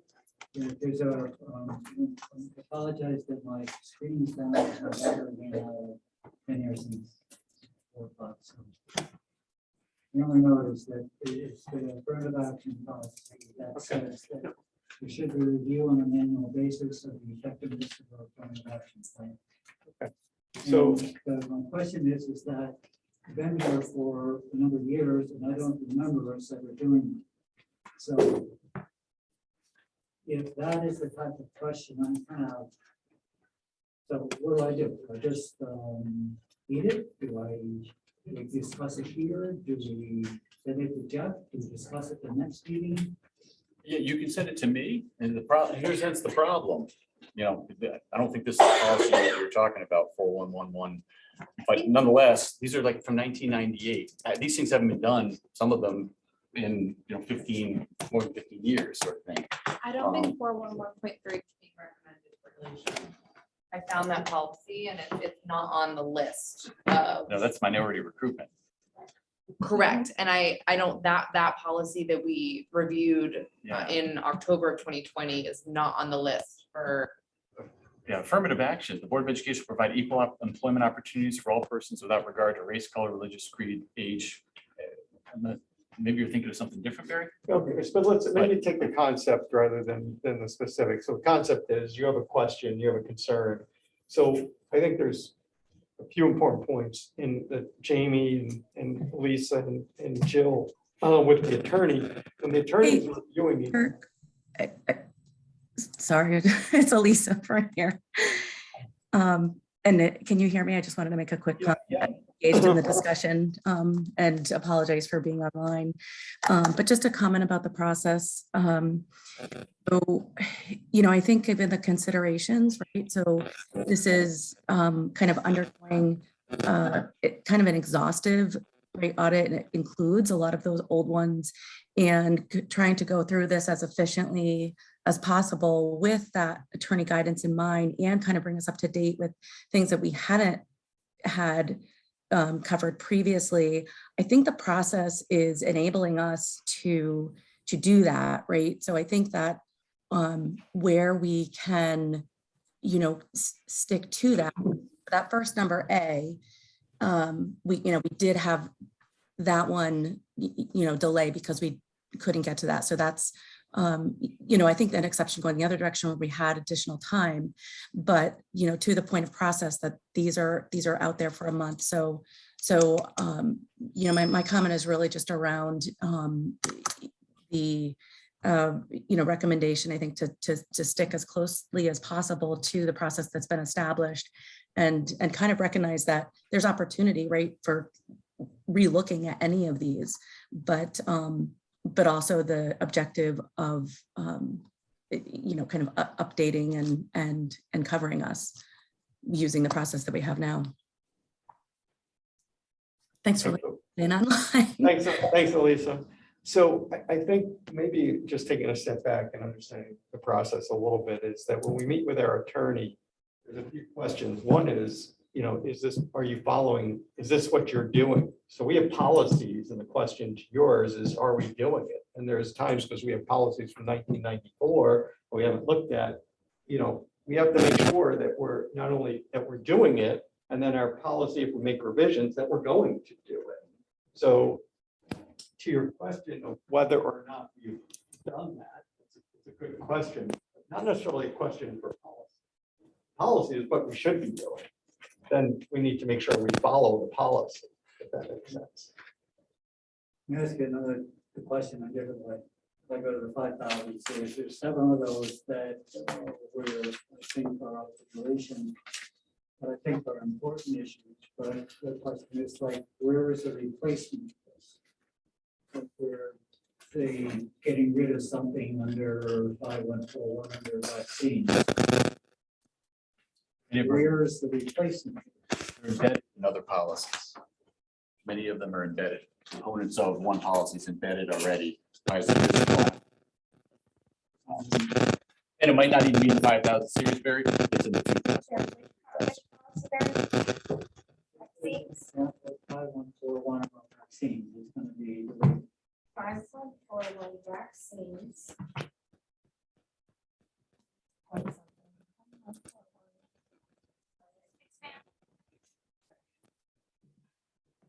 Administer medications. Communicable infectious diseases, policy, sunscreen. And specific, talking about the 514. It's like I have 5 on, again. I'm- Laura, do you have a screen or Lee, can you scoot over and help her? So that's student health services, administering medication, communicable infectious diseases. Those are all being absorbed by health assessments in the section 504 policy. So see, they're being embedded in other policies.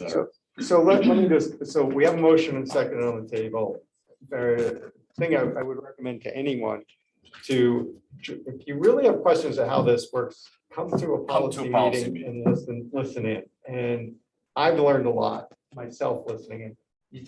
Often, I mean, sometimes depending on how many people are there, I can contribute or not. I don't contribute very much because, to be honest, Jill, Elise, and Jamie with our attorney kind of cover most of it, but it will really help you understand how it all works. And some of the questions that you have is going back, is kind of restating what the policy committee is spending hours going through. And that's why we have a committee to do that. And if you want to listen, kind of come in. Otherwise, there's no point in having a policy committee. Might as well bring our attorney in, our entire board, and just have a board talking about policy.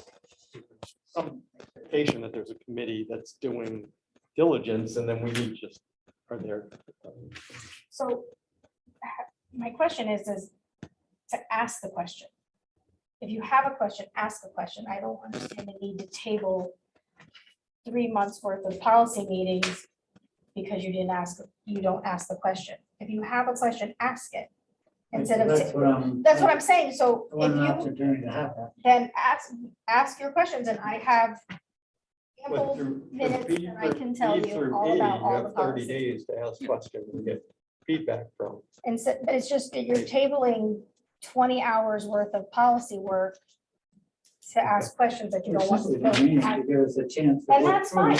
But what I'm saying is ask the questions, and I have all of the policy with me. I can answer all of them. Here, you want me to No, basically. you can ask them here. Come back to Jeff. No, I'm not telling you to ask Jeff. I'm telling you, you can ask these questions at the meeting in front of the public, and I will answer all of them right now. Instead of tabling 20 hours worth of policy committee meetings. But Jamie, I mean, I appreciate you're willing to do it, but I don't think that's a great effective use of the whole board's time unless we think that it is.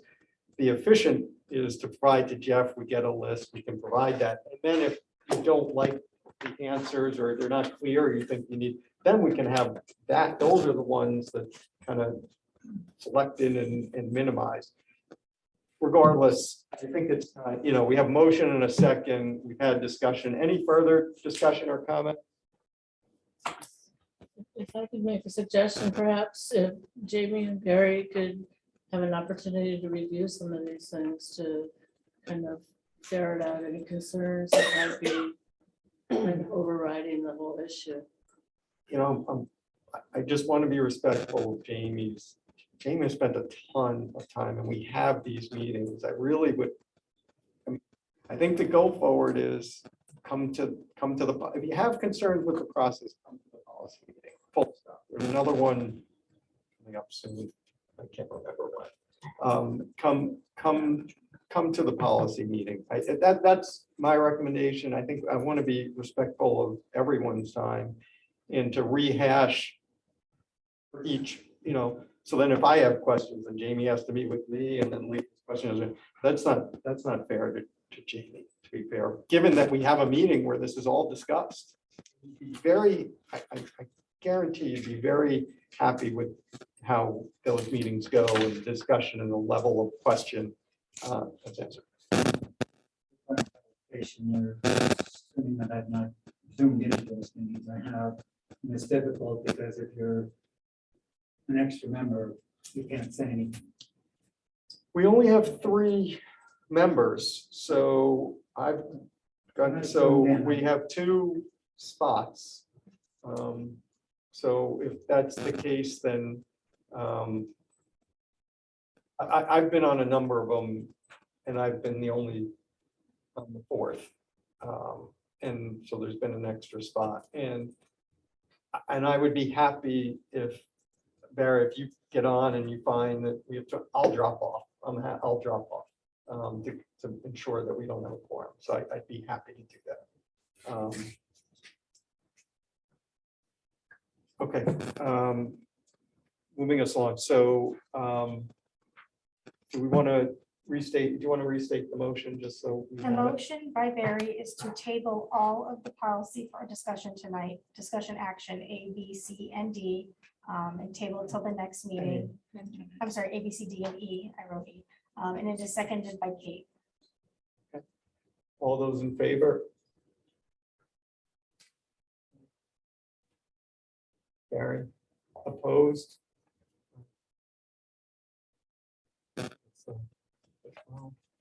Abstain?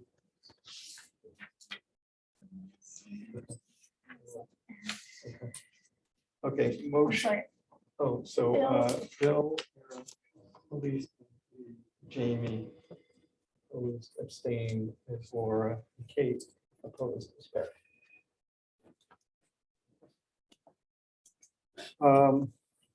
Okay, so moving forward with A. A is a continuation from the April 11th meeting that we did not get to. It is a second review of suggested revisions to board policies in 3000 series, specifically 3280 and 3541-1. This is a second reading. What is 3280? Great gifts, grants, and big plus. It's the title.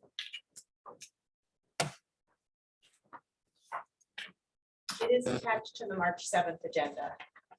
And a little secret, and I know, Barry, your computer's dead, but on like, aside from that, if you can't find the policy number, if you just copy and paste the title of the policy, it'll show you a search result, and if you click on it, it will bring you to the agenda in the space in which that document can be found.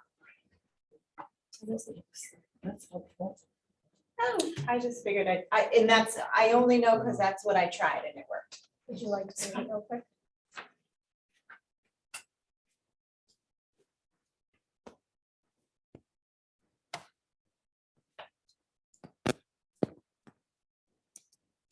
Why doesn't it appear in on policy? Because it's not policy. That's a new, Right. oh, God, okay. Because Barb, It what is is not a it? policy. Yes, It's a suggested new policy, so we Oh, wouldn't oh, necessarily yes, it's find a it new- on our policy. Got it. Thank Yeah. you. Only policies. with Yeah, one yeah, policy yeah. that- No, that policy. makes, I was. It's well past my time.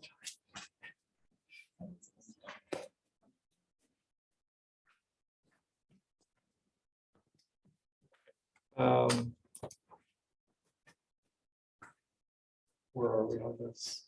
Sorry, I lost track. Any questions? I'll make a motion to approve the suggested revised policies in the 3000 series as presented. Further, oh. need a second. Second. Further discussion? Okay, all those in favor? Say aye. Aye. Opposed?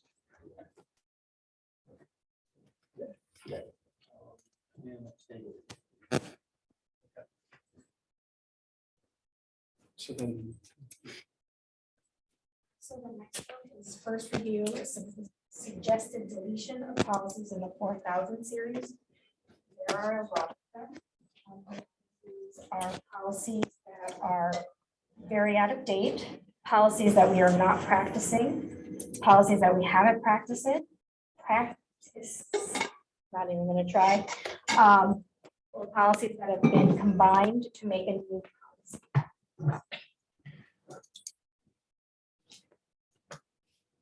And this is a first review, so this is just starting the 30-day clock of when we can approve them. Have any questions?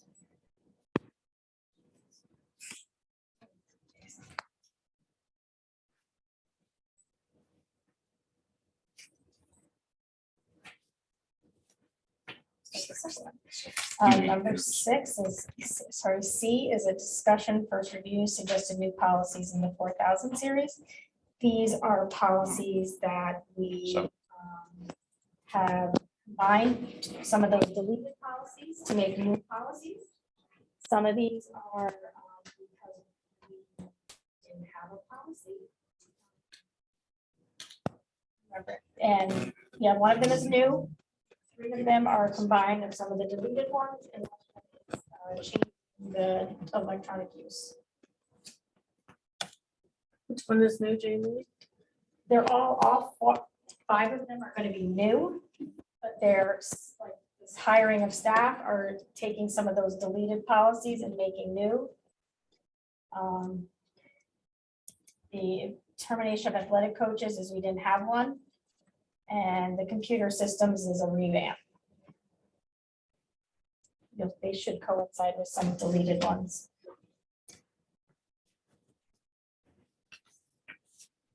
And it starts the 30-day clock. And the next one, D, is a first review, suggested revision of policies in the 4000 series. These are policies that need to be updated date-wise. Law language has changed. We didn't have a policy, we need a policy. And that's 1, 2, 3, 4, 5, 6, 7, 8.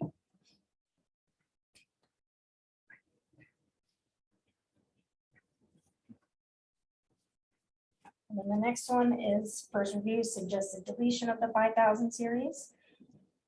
This is the same thing with everything else. These are policies that we are not following, that we don't need, or that are going to be absorbed made into a new policy. 5000 series is large and lengthy, and we didn't make it through it at our last meeting, so there will be continuing with that on our next meeting. Number missing from the regulation modification of grading during COVID-19 closure.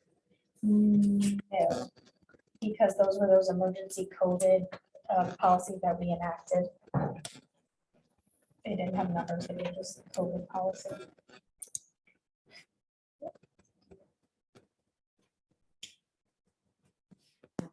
Any questions? Okay. So 30 days, provide feedback, Jeff. Jamie, we'll provide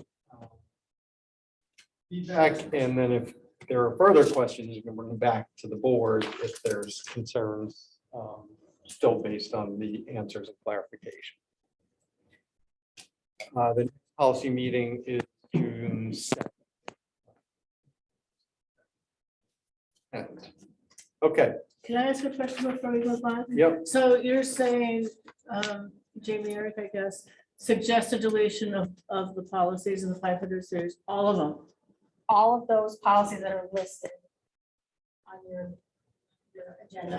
Not all the 5,000. Not all of them. Okay. Yeah, no, there's many of them. Yeah, that's a small portion. of them. Well, I just looked at it, Just it's the like, ones that are listed on your holy agenda. smokes. Good question. Okay. Yeah. Just the ones on the agenda. Okay, thank you. We got that far in the process with the 5,000. So we had so I'm going to make a recommendation to modify the agenda, with a vote, but I think we should table the structure of AAA subcommittee move it to the June 6th meeting. I just think we're at 9 o'clock and we still actually have 2 consent agenda items, reports, administrative reports, committee reports, and board comments. So I think we still have a fair amount of meat. Executive session. An executive session.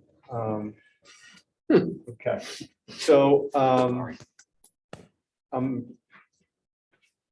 guess I need to make a motion. I'll make a motion to table 10A. Second. Second, thank you. To the next agenda item. All those in favor, I need 2/3. Yep, to aye. adjourn. Aye. Aye. Opposed, Abstain? None. Okay. Easiest thing we've done tonight. Okay, 10B is going back to the consent agenda item to talk about the proposed East Lyme High School out-of-country field trip to England, France, Belgium, and Germany. That's for this summer. And Amy had pulled it initially. Yep. So, yeah. So I pulled it just because I have some concerns because it is in a month. And my questions are COVID, fundraising opportunity for kids. Did they have the opportunity to sign up? Was there time enough for them to fundraise to go on the trip? What kind of school rules take effect as they're not going to be at school anymore? School will be out for the summer. Yeah, so this was last June. This was in the process of coming to fruition. It So got the kids halted. have So had time to get visas we've and had over a year to, passports and, yeah. okay. I just don't want no child to be left out. Oh, sorry, No, I'm the sorry. floor's been I hanging out. don't want any kid to be left out because I didn't know if this was a last minute trip. I wanted to make sure that the kids who wanted to go had the opportunity, that they had time to get passports and health checks and money so that they can go. Who is this? Lorian is a German teacher. Oh, cool. And Sorry, I didn't know you were there. I she's the one who wouldn't have wanted planned you to this. wait that long. She's the one who planned the Yeah, trip. exactly, last June. Good for Yeah. her. Yeah, so we're trying to Nice. get back into those. Nice. So it's been in the planning stages for a long time. So they've had time. Okay. How many That's kids are my big going? What's, concern. can we hear a little? Maximum of 15. Yeah, Laura, you want to just share how many kids, or Deb? I have 16 students. Some of their parents have chosen to travel with us as well. Nice. This is a continuation of the trip that I tried to take in 2020, which was canceled. So that one was approved by the board then, and then obviously COVID happened and everything was off. So we're finally making it back out there. Yeah, what else would you like to know? I'm happy to tell you. The postcard. Well, I just, my concern was that whether or not students had time enough to fundraise for this and no kids were left out that didn't have time. Absolutely. So I've been talking about this trip for over a year now. EF, which is the company that we're traveling with, does offer a personalized fundraising site for each student who signs up, and they can use that. I was not approached by any students who said, man, I really, really wish I could do this. Are we doing fundraising? Because, and so I'm the contact for the next trip as well on your agenda. But for that one, we have a lot more time. We can do more of that, especially now that we're settling down into what our new COVID reality is. But no, I have no intention of leaving behind any children who want to travel with me. We can, I think it's an amazing experience for them. Do you need any more supervisors? If I need chaperones, I'll let you know. My other question was did the students realize that even though school is out, school rules still apply? Absolutely. One of EF's policies is that people under the age of 18 do not drink, period, end of the story. And if they do, if they create a problem, if there are any issues, they will assist me in sending those students home immediately on their parents' dime, and all the parents know this, and so do the children. Okay. And I know that a few years back, we had an incident where one of our students got into, I don't know, some theft thing that happened and some misbehavior. So same kind of thing, Laura? Same kind of thing. Okay. Thank you. You're welcome. I had a couple questions just on COVID related. So I was actually just in Europe a few weeks ago, and I learned that every country essentially has different rules. And so just want to make sure masking rules, the type of mask rule can differ. There's a lot of things that change. So making sure that whoever's advising kind of knows for each of the countries. Then the other, which is just information, the other challenge is if someone gets COVID You have to test 24 hours before coming back to the US. If you have COVID, you can't come. Right. What happens to the student if So, positive the day before it comes back? right, great questions. So the first part of it is that this is a tour company that's been operating for a very long time. I've traveled with them before, not in this district, but in another. And they have attached to our travel website specifications on every single country that we're touching throughout this process. If there are any forms that we need to fill out, what kind of masks they're currently requiring, where they're currently requiring them. And they have set up a whole team since COVID started to make sure that those things are as updated as possible. Even though some of the countries that we are going to aren't currently requiring masks on the street, EF is requiring masks on the bus at all times. And they do require that we have negative COVID tests within 72 hours of departure, or you can't go. If someone does test positive on tour, they have what they call the COVID care promise, and they will pay for housing and food for whoever it is that tests positive. And if it's just a student, they'll keep me and my other chaperone will continue on with the tour unless the whole tour needs quarantine. And they will pay for one of the adults of the student who's tested positive to fly out to them and stay with them until they can arrange, the EF arranges all of their travel back. That's great. Yeah. Great. Well, I appreciate it. And it's exactly what we need more of, giving students these opportunities to see places that they learn about and everything. It just makes it home. So thank you. And then yes, I have a question on 10C. So I would like to make a motion to approve the proposed out-of-country field trip to England, France, Belgium, and Germany from June 26, 2022 to July 6. I want to second that one. All those in favor? Aye. Opposed? Abstained? Laura, you should be dancing up and down right now. So, and then 10C was the trip next year, out of country field trip to Italy and Germany. And my only question is, and it maybe not be for, if we approve it now and things evolve, does it come, how does, do we see it again, or do we not see it again, or it's up to you to bring it to us, like if Maybe to cancel it or. well, like if there's another variant that's bad and it's going through and everybody's concerned and whatever. I don't know what that is. But Russia becomes more aggressive. right, yeah. I mean, there's Yes, it is. Yeah. well, I think- Go ahead. Yeah, go ahead, Laura. Let her talk. Yep. It's actually in 2024. Yes, 2024. 2024. so Yeah. 2024. I'm planning, Okay. So- I'm trying to give the students enough time to make money, collect money so that more people can go. So it's actually 2 years out. Okay. But it's still a good question, and I think the point is that assuming that it's safe to travel and conditions are opportune for our students to be safe and healthy and have the cultural experience that, right? Yeah, I think if things evolve and change, I think we need to keep you informed as to, because you're ultimately signing off on, Right. because you have to approve by policy. Or you wouldn't go anyway, would you? Okay, yep. I would like to make a motion to approve the proposed out-of-country field trip to Italy and Germany from March 30, 2024 to April 8, 2024. Second. And I would have come. Yeah. Further discussion? All those in favor? Aye. Aye.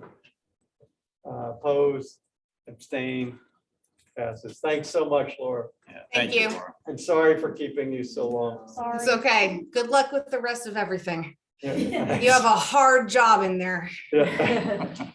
Okay, that concludes the discussion action items. So we're moving on to admin reports. Jeff. Yes, so I'm gonna kind of modify some of my reports. So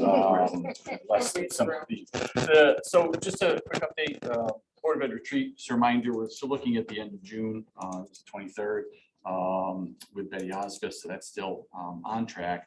I've got DEI updates here. I'm gonna wait and do those in either June 6th, or I'll write them up and put them in the weekly update, one of the two, this Friday. Got a couple other items that I'll put in the weekly update as well that could just be informational. The one I do want to bring up, though, I mentioned earlier, the middle school hot water heater. So, you know, this hot water heater is original, which is now 20 years old. And it's another one that's leaking water. Trying to work, it's did a great job of reaching out to Finkelstein to see, you know, is there any FEMA funds or something? The middle school's a shelter to help offset maybe the cost of getting this fixed, because it is leaking. Is it 6 gallons a day of water? Is that what it was? An hour. I'm sorry, an hour? I messed that up. Okay. 300 gallon tanks. Oh, my gosh. 6 gallons an hour of water. It's leaking. Yeah. So it's tricky. I say. So, So I'm trying. come on, yeah, come on. So we started having problems back in March, and you know, we've started to stop. Probably as the tank heated up, it would seal itself and whatnot, but it's gotten beyond that point. So we're trying to nurse it through the end of the school year, because again, it's one of those items that's just not right off the shelf. We did get a proposal today from him for our vendor. We're to go with them, and if we're to order tomorrow, it's on the order of $82,000 or $84,000, and that's to basically replace the tank itself and reuse the existing burner, just plumb it in. It's a little tricky install because you have the existing encumbrances, but again, it's another victim of the supply chain right now. And you know, we talked to the representative here. We had a leak. He came out, took a look at it, and when we talked to him in March, he was hoping we could get 8 months out of it. Hoping to get 3. So. Well, it's a lot of wasted water. I mean, that needs to be Jeff addressed. said you talked to Mike Finkelstein. Have you Cross? Said He that was it gonna was reach a out to Red shelter? Cross as well. So he reached out to Dennis, Region 4, and he did reach out to the Red Cross. I don't know if he heard back. Because I know we're not just an East Line shelter, we're. Right, yeah, that's why we went Shelter. to the. I'll ask. Dennis as well. I've got the emergency preparedness drill all morning tomorrow, so for a separate, so I'll ask again. Yeah, just because, I mean, if they're gonna be needing hot water, maybe they wanna. You never for know. it. You never know, we're coming into hurricane season. Yeah. too. Well, I did put it to that. Back, Chief Nicholson the other Just day, because Red Cross might have funds that they can. Right, They might. so, That's a bigger cost than the high school, yeah. yeah, so we're working on it right now with our alternative solutions are. Money needs to come from internally, how we're gonna do that, but I would like to get through the end of at least the fiscal year, at least through the school year, then we can at least turn it off and deal with it.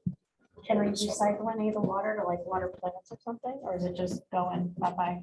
It's sort of getting the bucket changed every once in a while. Actually, I think what they did is they wound up doing the old plumb a hose onto the bucket and run the hose into the floor drain so that they don't have to do it every hour.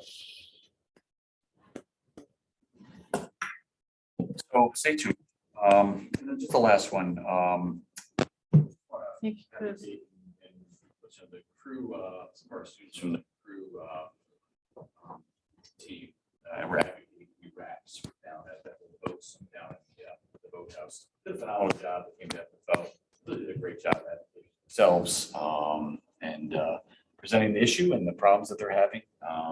And I have some concerns right now with how they're getting their boats out of the existing rack. So long story short, between the crew team and the rowing association, maybe some dollars that we have next year, potentially we could get new racks, put into that boathouse.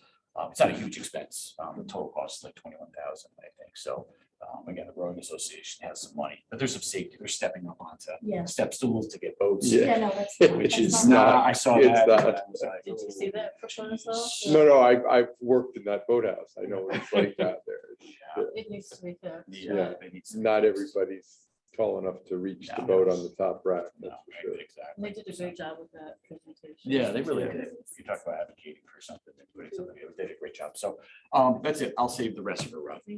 Yep. Thanks, That's Jeff. it. Annalise? So I'll just give a quick, I was not gonna do anything, but we didn't get to summer programming at AAA. So I'll just give the board a very, very brief overview of the plan for summer programming, which has been significantly scaled back as a result of some budget cuts, but we are prioritizing our summer offerings to those students who are in need of tier 2 or tier 3 intervention. Our literacy specialists and coaches are working at identifying those students and reaching out to families who would be interested. It would be, the programming would be essentially once a week for about a 90-minute block. We're still working out the logistics and the details. And then we're going to offer our traditional summer school program, credit recovery program at the high school level. Right now, we are hoping to offer it in all content areas.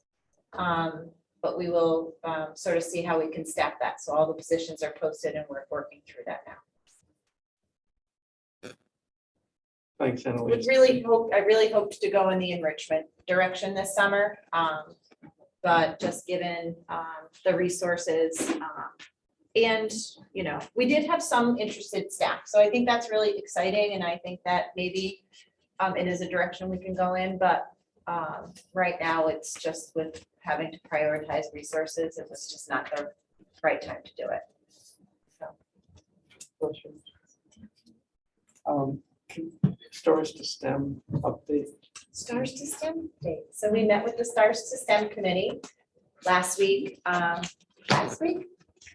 Yes, last On week. Thursday, I believe. And we got an opportunity to sort of get a very introductory view of the software that will be utilized with the projector. And then we kind of talked about what might be our priorities, our next steps moving forward. So at this point in time, we talked about specific parameters that need to be set in order to sort of phase in some programming by Stars to STEM up in the room. So Eric and I, sort of discussed with the committee what might those parameters be, anywhere from security to staffing, hours of operation, background checks of staff that come in, HR protocols and processes. So I'll work with some of our central office department heads to set those parameters. At this point, I'll hand that over to Stars to STEM. And we'll request for them to develop a phase 1 implementation plan, which we essentially, the first phase will be hopefully for them a sort of a community kickoff event this summer, maybe, depending on what their time frame looks like. So we figured let's start small. I think sometimes when you think about diving full in, it becomes completely overwhelming. There's so many questions, unanswered questions. So we thought maybe a good space to start would be just to offer up this introductory community event and then do some trouble, what worked, what didn't work, do some troubleshooting and phase it in over time, regroup after that and kind of approach it that way. I don't know, Eric, if you have anything else to. No, the only other thing is we actually went and looked at it in security. Like, it's pretty open when you leave. If you haven't, I had never been there or don't remember, is just kind of 2 hallways right away. So like, if you don't have someone in security, someone looking right there, you have outside people come in and they open the door, they kind of have free reign of the school. So I think we have to think through, how does that work? What do we need there? So there's just little things, but I think Annalise was spot on when she said, why don't we do some pilot community event, whatever, or something, so we can really see how that works. But they have the projector, they have a contractor, consultant who has worked with other planetariums, who will come in and kind of run the software. So it does more than a planetarium. There was like engineering models and other models as well. So it's interesting as we dig in deeper and kind of get to it, but I think there's some real logistics that we need to sort out first. If I could just make a comment real quick, I know other buildings where I've worked, high schools and things, they would just have this barricade thing that you can just pull across that would section it off, maybe something like that would need to be put into place for the safety of other areas. of There the- is something like that from what I understand up there, but I believe it's a fire hazard. It might have been something installed before new fire regulations that were put in place. I So think there's also the think there's a- location versus the an egress restrooms. probably Oh. issue with that now. Ends up, it's on the Yeah. restrooms are on the wrong side too, so there were, so there's logistics that we just need to kind of figure out. There are solutions, there's nothing like a showstopper, it's just, right. you gotta just figure it out. But for the most part, it sounds like you guys felt good about the conversation and they did due diligence on. Well, I think there's still some unanswered questions, but I Okay. think that's where we need to set some parameters for them so that they can really come up with a clearly defined plan. I think there's still not quite a clearly defined plan. So, but if we set the parameters for them and, put out what our expectations are around that defined plan, maybe we can get to that next step. And maybe just focus on that one piece to start. Very good, thank you. We're gonna do phase one and we're gonna have, if we had 10 questions now, we're gonna do phase one and we're gonna have 30 questions. Right. I really think that. Yeah. Which is normal, not Yeah. anything that's just you're gonna really see how it works. Okay.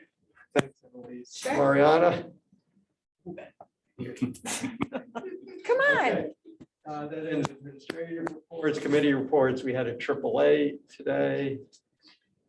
Bill? Yeah, I think it was very impressive. The meeting centered around the curriculum work that's being done, and Annalise was basically kind of revamped the whole process throughout the year of how we're revising curriculum. As I see it, the process in the past, for example, didn't even include a central storage place for all the curriculum, and it wasn't necessarily as accessible as it needed to be in the new plan. There is, provisions for organized storage of the curriculum, a development of how it's coming together, and it's also been revamped to include, SEL and social justice standards and a lot of the stuff that we've talked about, over the last few years. There were representatives from the elementary school, middle school, and high school who talked about the curriculum work that they were doing, and it sounded very exciting. They were certainly excited to share the work that they've done. They talked about the fact that the curriculum, at the elementary level, needed to be kind of holistically approached, where it wasn't just one academic area, that they were trying to weave it all together so that when they were covering topics, there would be some background information that the students had that they could all work together on it. So I thought it was really exciting. It sounded great. And it's a lot of work and it's hard work and folks are burned out and stuff, but these folks appeared to be energized to be doing it. So I thought it was good. Thank you. Thanks, Bill. Okay, we did have an FFO. We covered almost all the topics. I'll reiterate the crew team that came and probably the four presented phenomenally, and just every time you get to see people like that present, and you realize, can't believe they're only high school students. You're gonna hire them? Yeah, I should someday. So covered most of the topics actually today, and then we did just an update on where we are on the spend for this year, and it's pretty tight. It'll probably come in on, but it's tight. And then Chinese school, yes, and the Chinese Sunday Chinese school is looking to come back in September. Come back on site. And policy. Are attached. We covered 90% of the 5,000 series at our last meeting. We will continue with that at our next meeting and start the 6,000 series. Excellent. Okay, board comment. I hate to do it, but sorry, no. So there's a D, personnel policy. We met Oh, last week. sorry. To talk about staff pay raises for the unaffiliated, non-administrative, non-union employees. Laura wasn't there, but Barry was there. And I know Laura, Jeff was gonna reach out to her. Yeah, Laura and I spoke. That should come up, I'm thinking maybe next meeting. Yeah, June 6th. Okay. Yeah. It was the standard things, getting people up to their pay raises because the minimum wage is going up. And getting everybody on track. Sorry, I had to. No, thanks. No, I missed thanks. that too. I didn't wrote it down, realize June that 6th. one. I missed that. Like, I don't really want it, but. No, I'm glad you said that. Okay, that closes committee reports, board comments and future agenda items. Lee? I'll make this super quick. I've gotten feedback from at least 4 families in the past month or so around really wanting to be able to enroll their kids in our preschool programs because they're phenomenal. But due to the fact that we don't have before or after care as a part of them, not something that all families can do. And there being a shortage of preschool programs, a lot of them are at capacity in the area that do have full day daycare. So when the time comes, would love to revisit being able to make that an option for families that might not be able to do the part-time. Yeah, preschool. Yeah. I haven't heard that from families who have been enrolling, but Yeah, well, certainly understand thanks. that as a concern. Oh, yeah, this is not from any families who have enrolled. This is from families who are looking for preschool options. Notice that it's not a full day or 5 days a week and have to look elsewhere to full-time programs. Yeah. So eventually it could be cool to be able to keep, you know, kids in district. Barry? Excellent. 2 quick items for future agenda. One, a discussion at some point about how we can get more agenda items that are focused specifically on student learning and development into our discussions. Second agenda item, second possibility for future discussion with regard to the AAA committee in terms of its roles, activities, responsibilities, and purpose, so that it becomes maybe more than a show and tell committee. It actually has something to do. Barry, other comments? Well, I just wonder about some of the buses and transportation. It seems like we have a lot of big buses going around, and with the idea of, since we do have the contract and do the rental, right? If there's any way of encouraging them perhaps to have vehicles that aren't so big that it makes these small runs, because I rarely if ever see them at capacity by any means. Yeah, we brought that up with the idea of, you know, when we get new ones, they have it's an 8 to 10 year. It's 5 new buses. We're getting 5 new. Yeah. Is that what the, okay. But as far, and Kim's can speak more to it, but as far as smaller buses, I mean, the middle school is. Yeah, I think the middle Obviously school covered. ridership, I know you can't always see. Get kids, hybrid but our last electric. set of new buses, the windows are higher, and so small kids don't clear the window, so they may look empty, but that, you know, our middle school runs are fairly full. They're our most often ridden level. High school, definitely Not admit so those are, you know, not filled Right, buses. But an elementary is probably slightly less than middle school, but still pretty full. But I would just encourage you not to judge a book by its cover, because you can't see those short heads through the windows.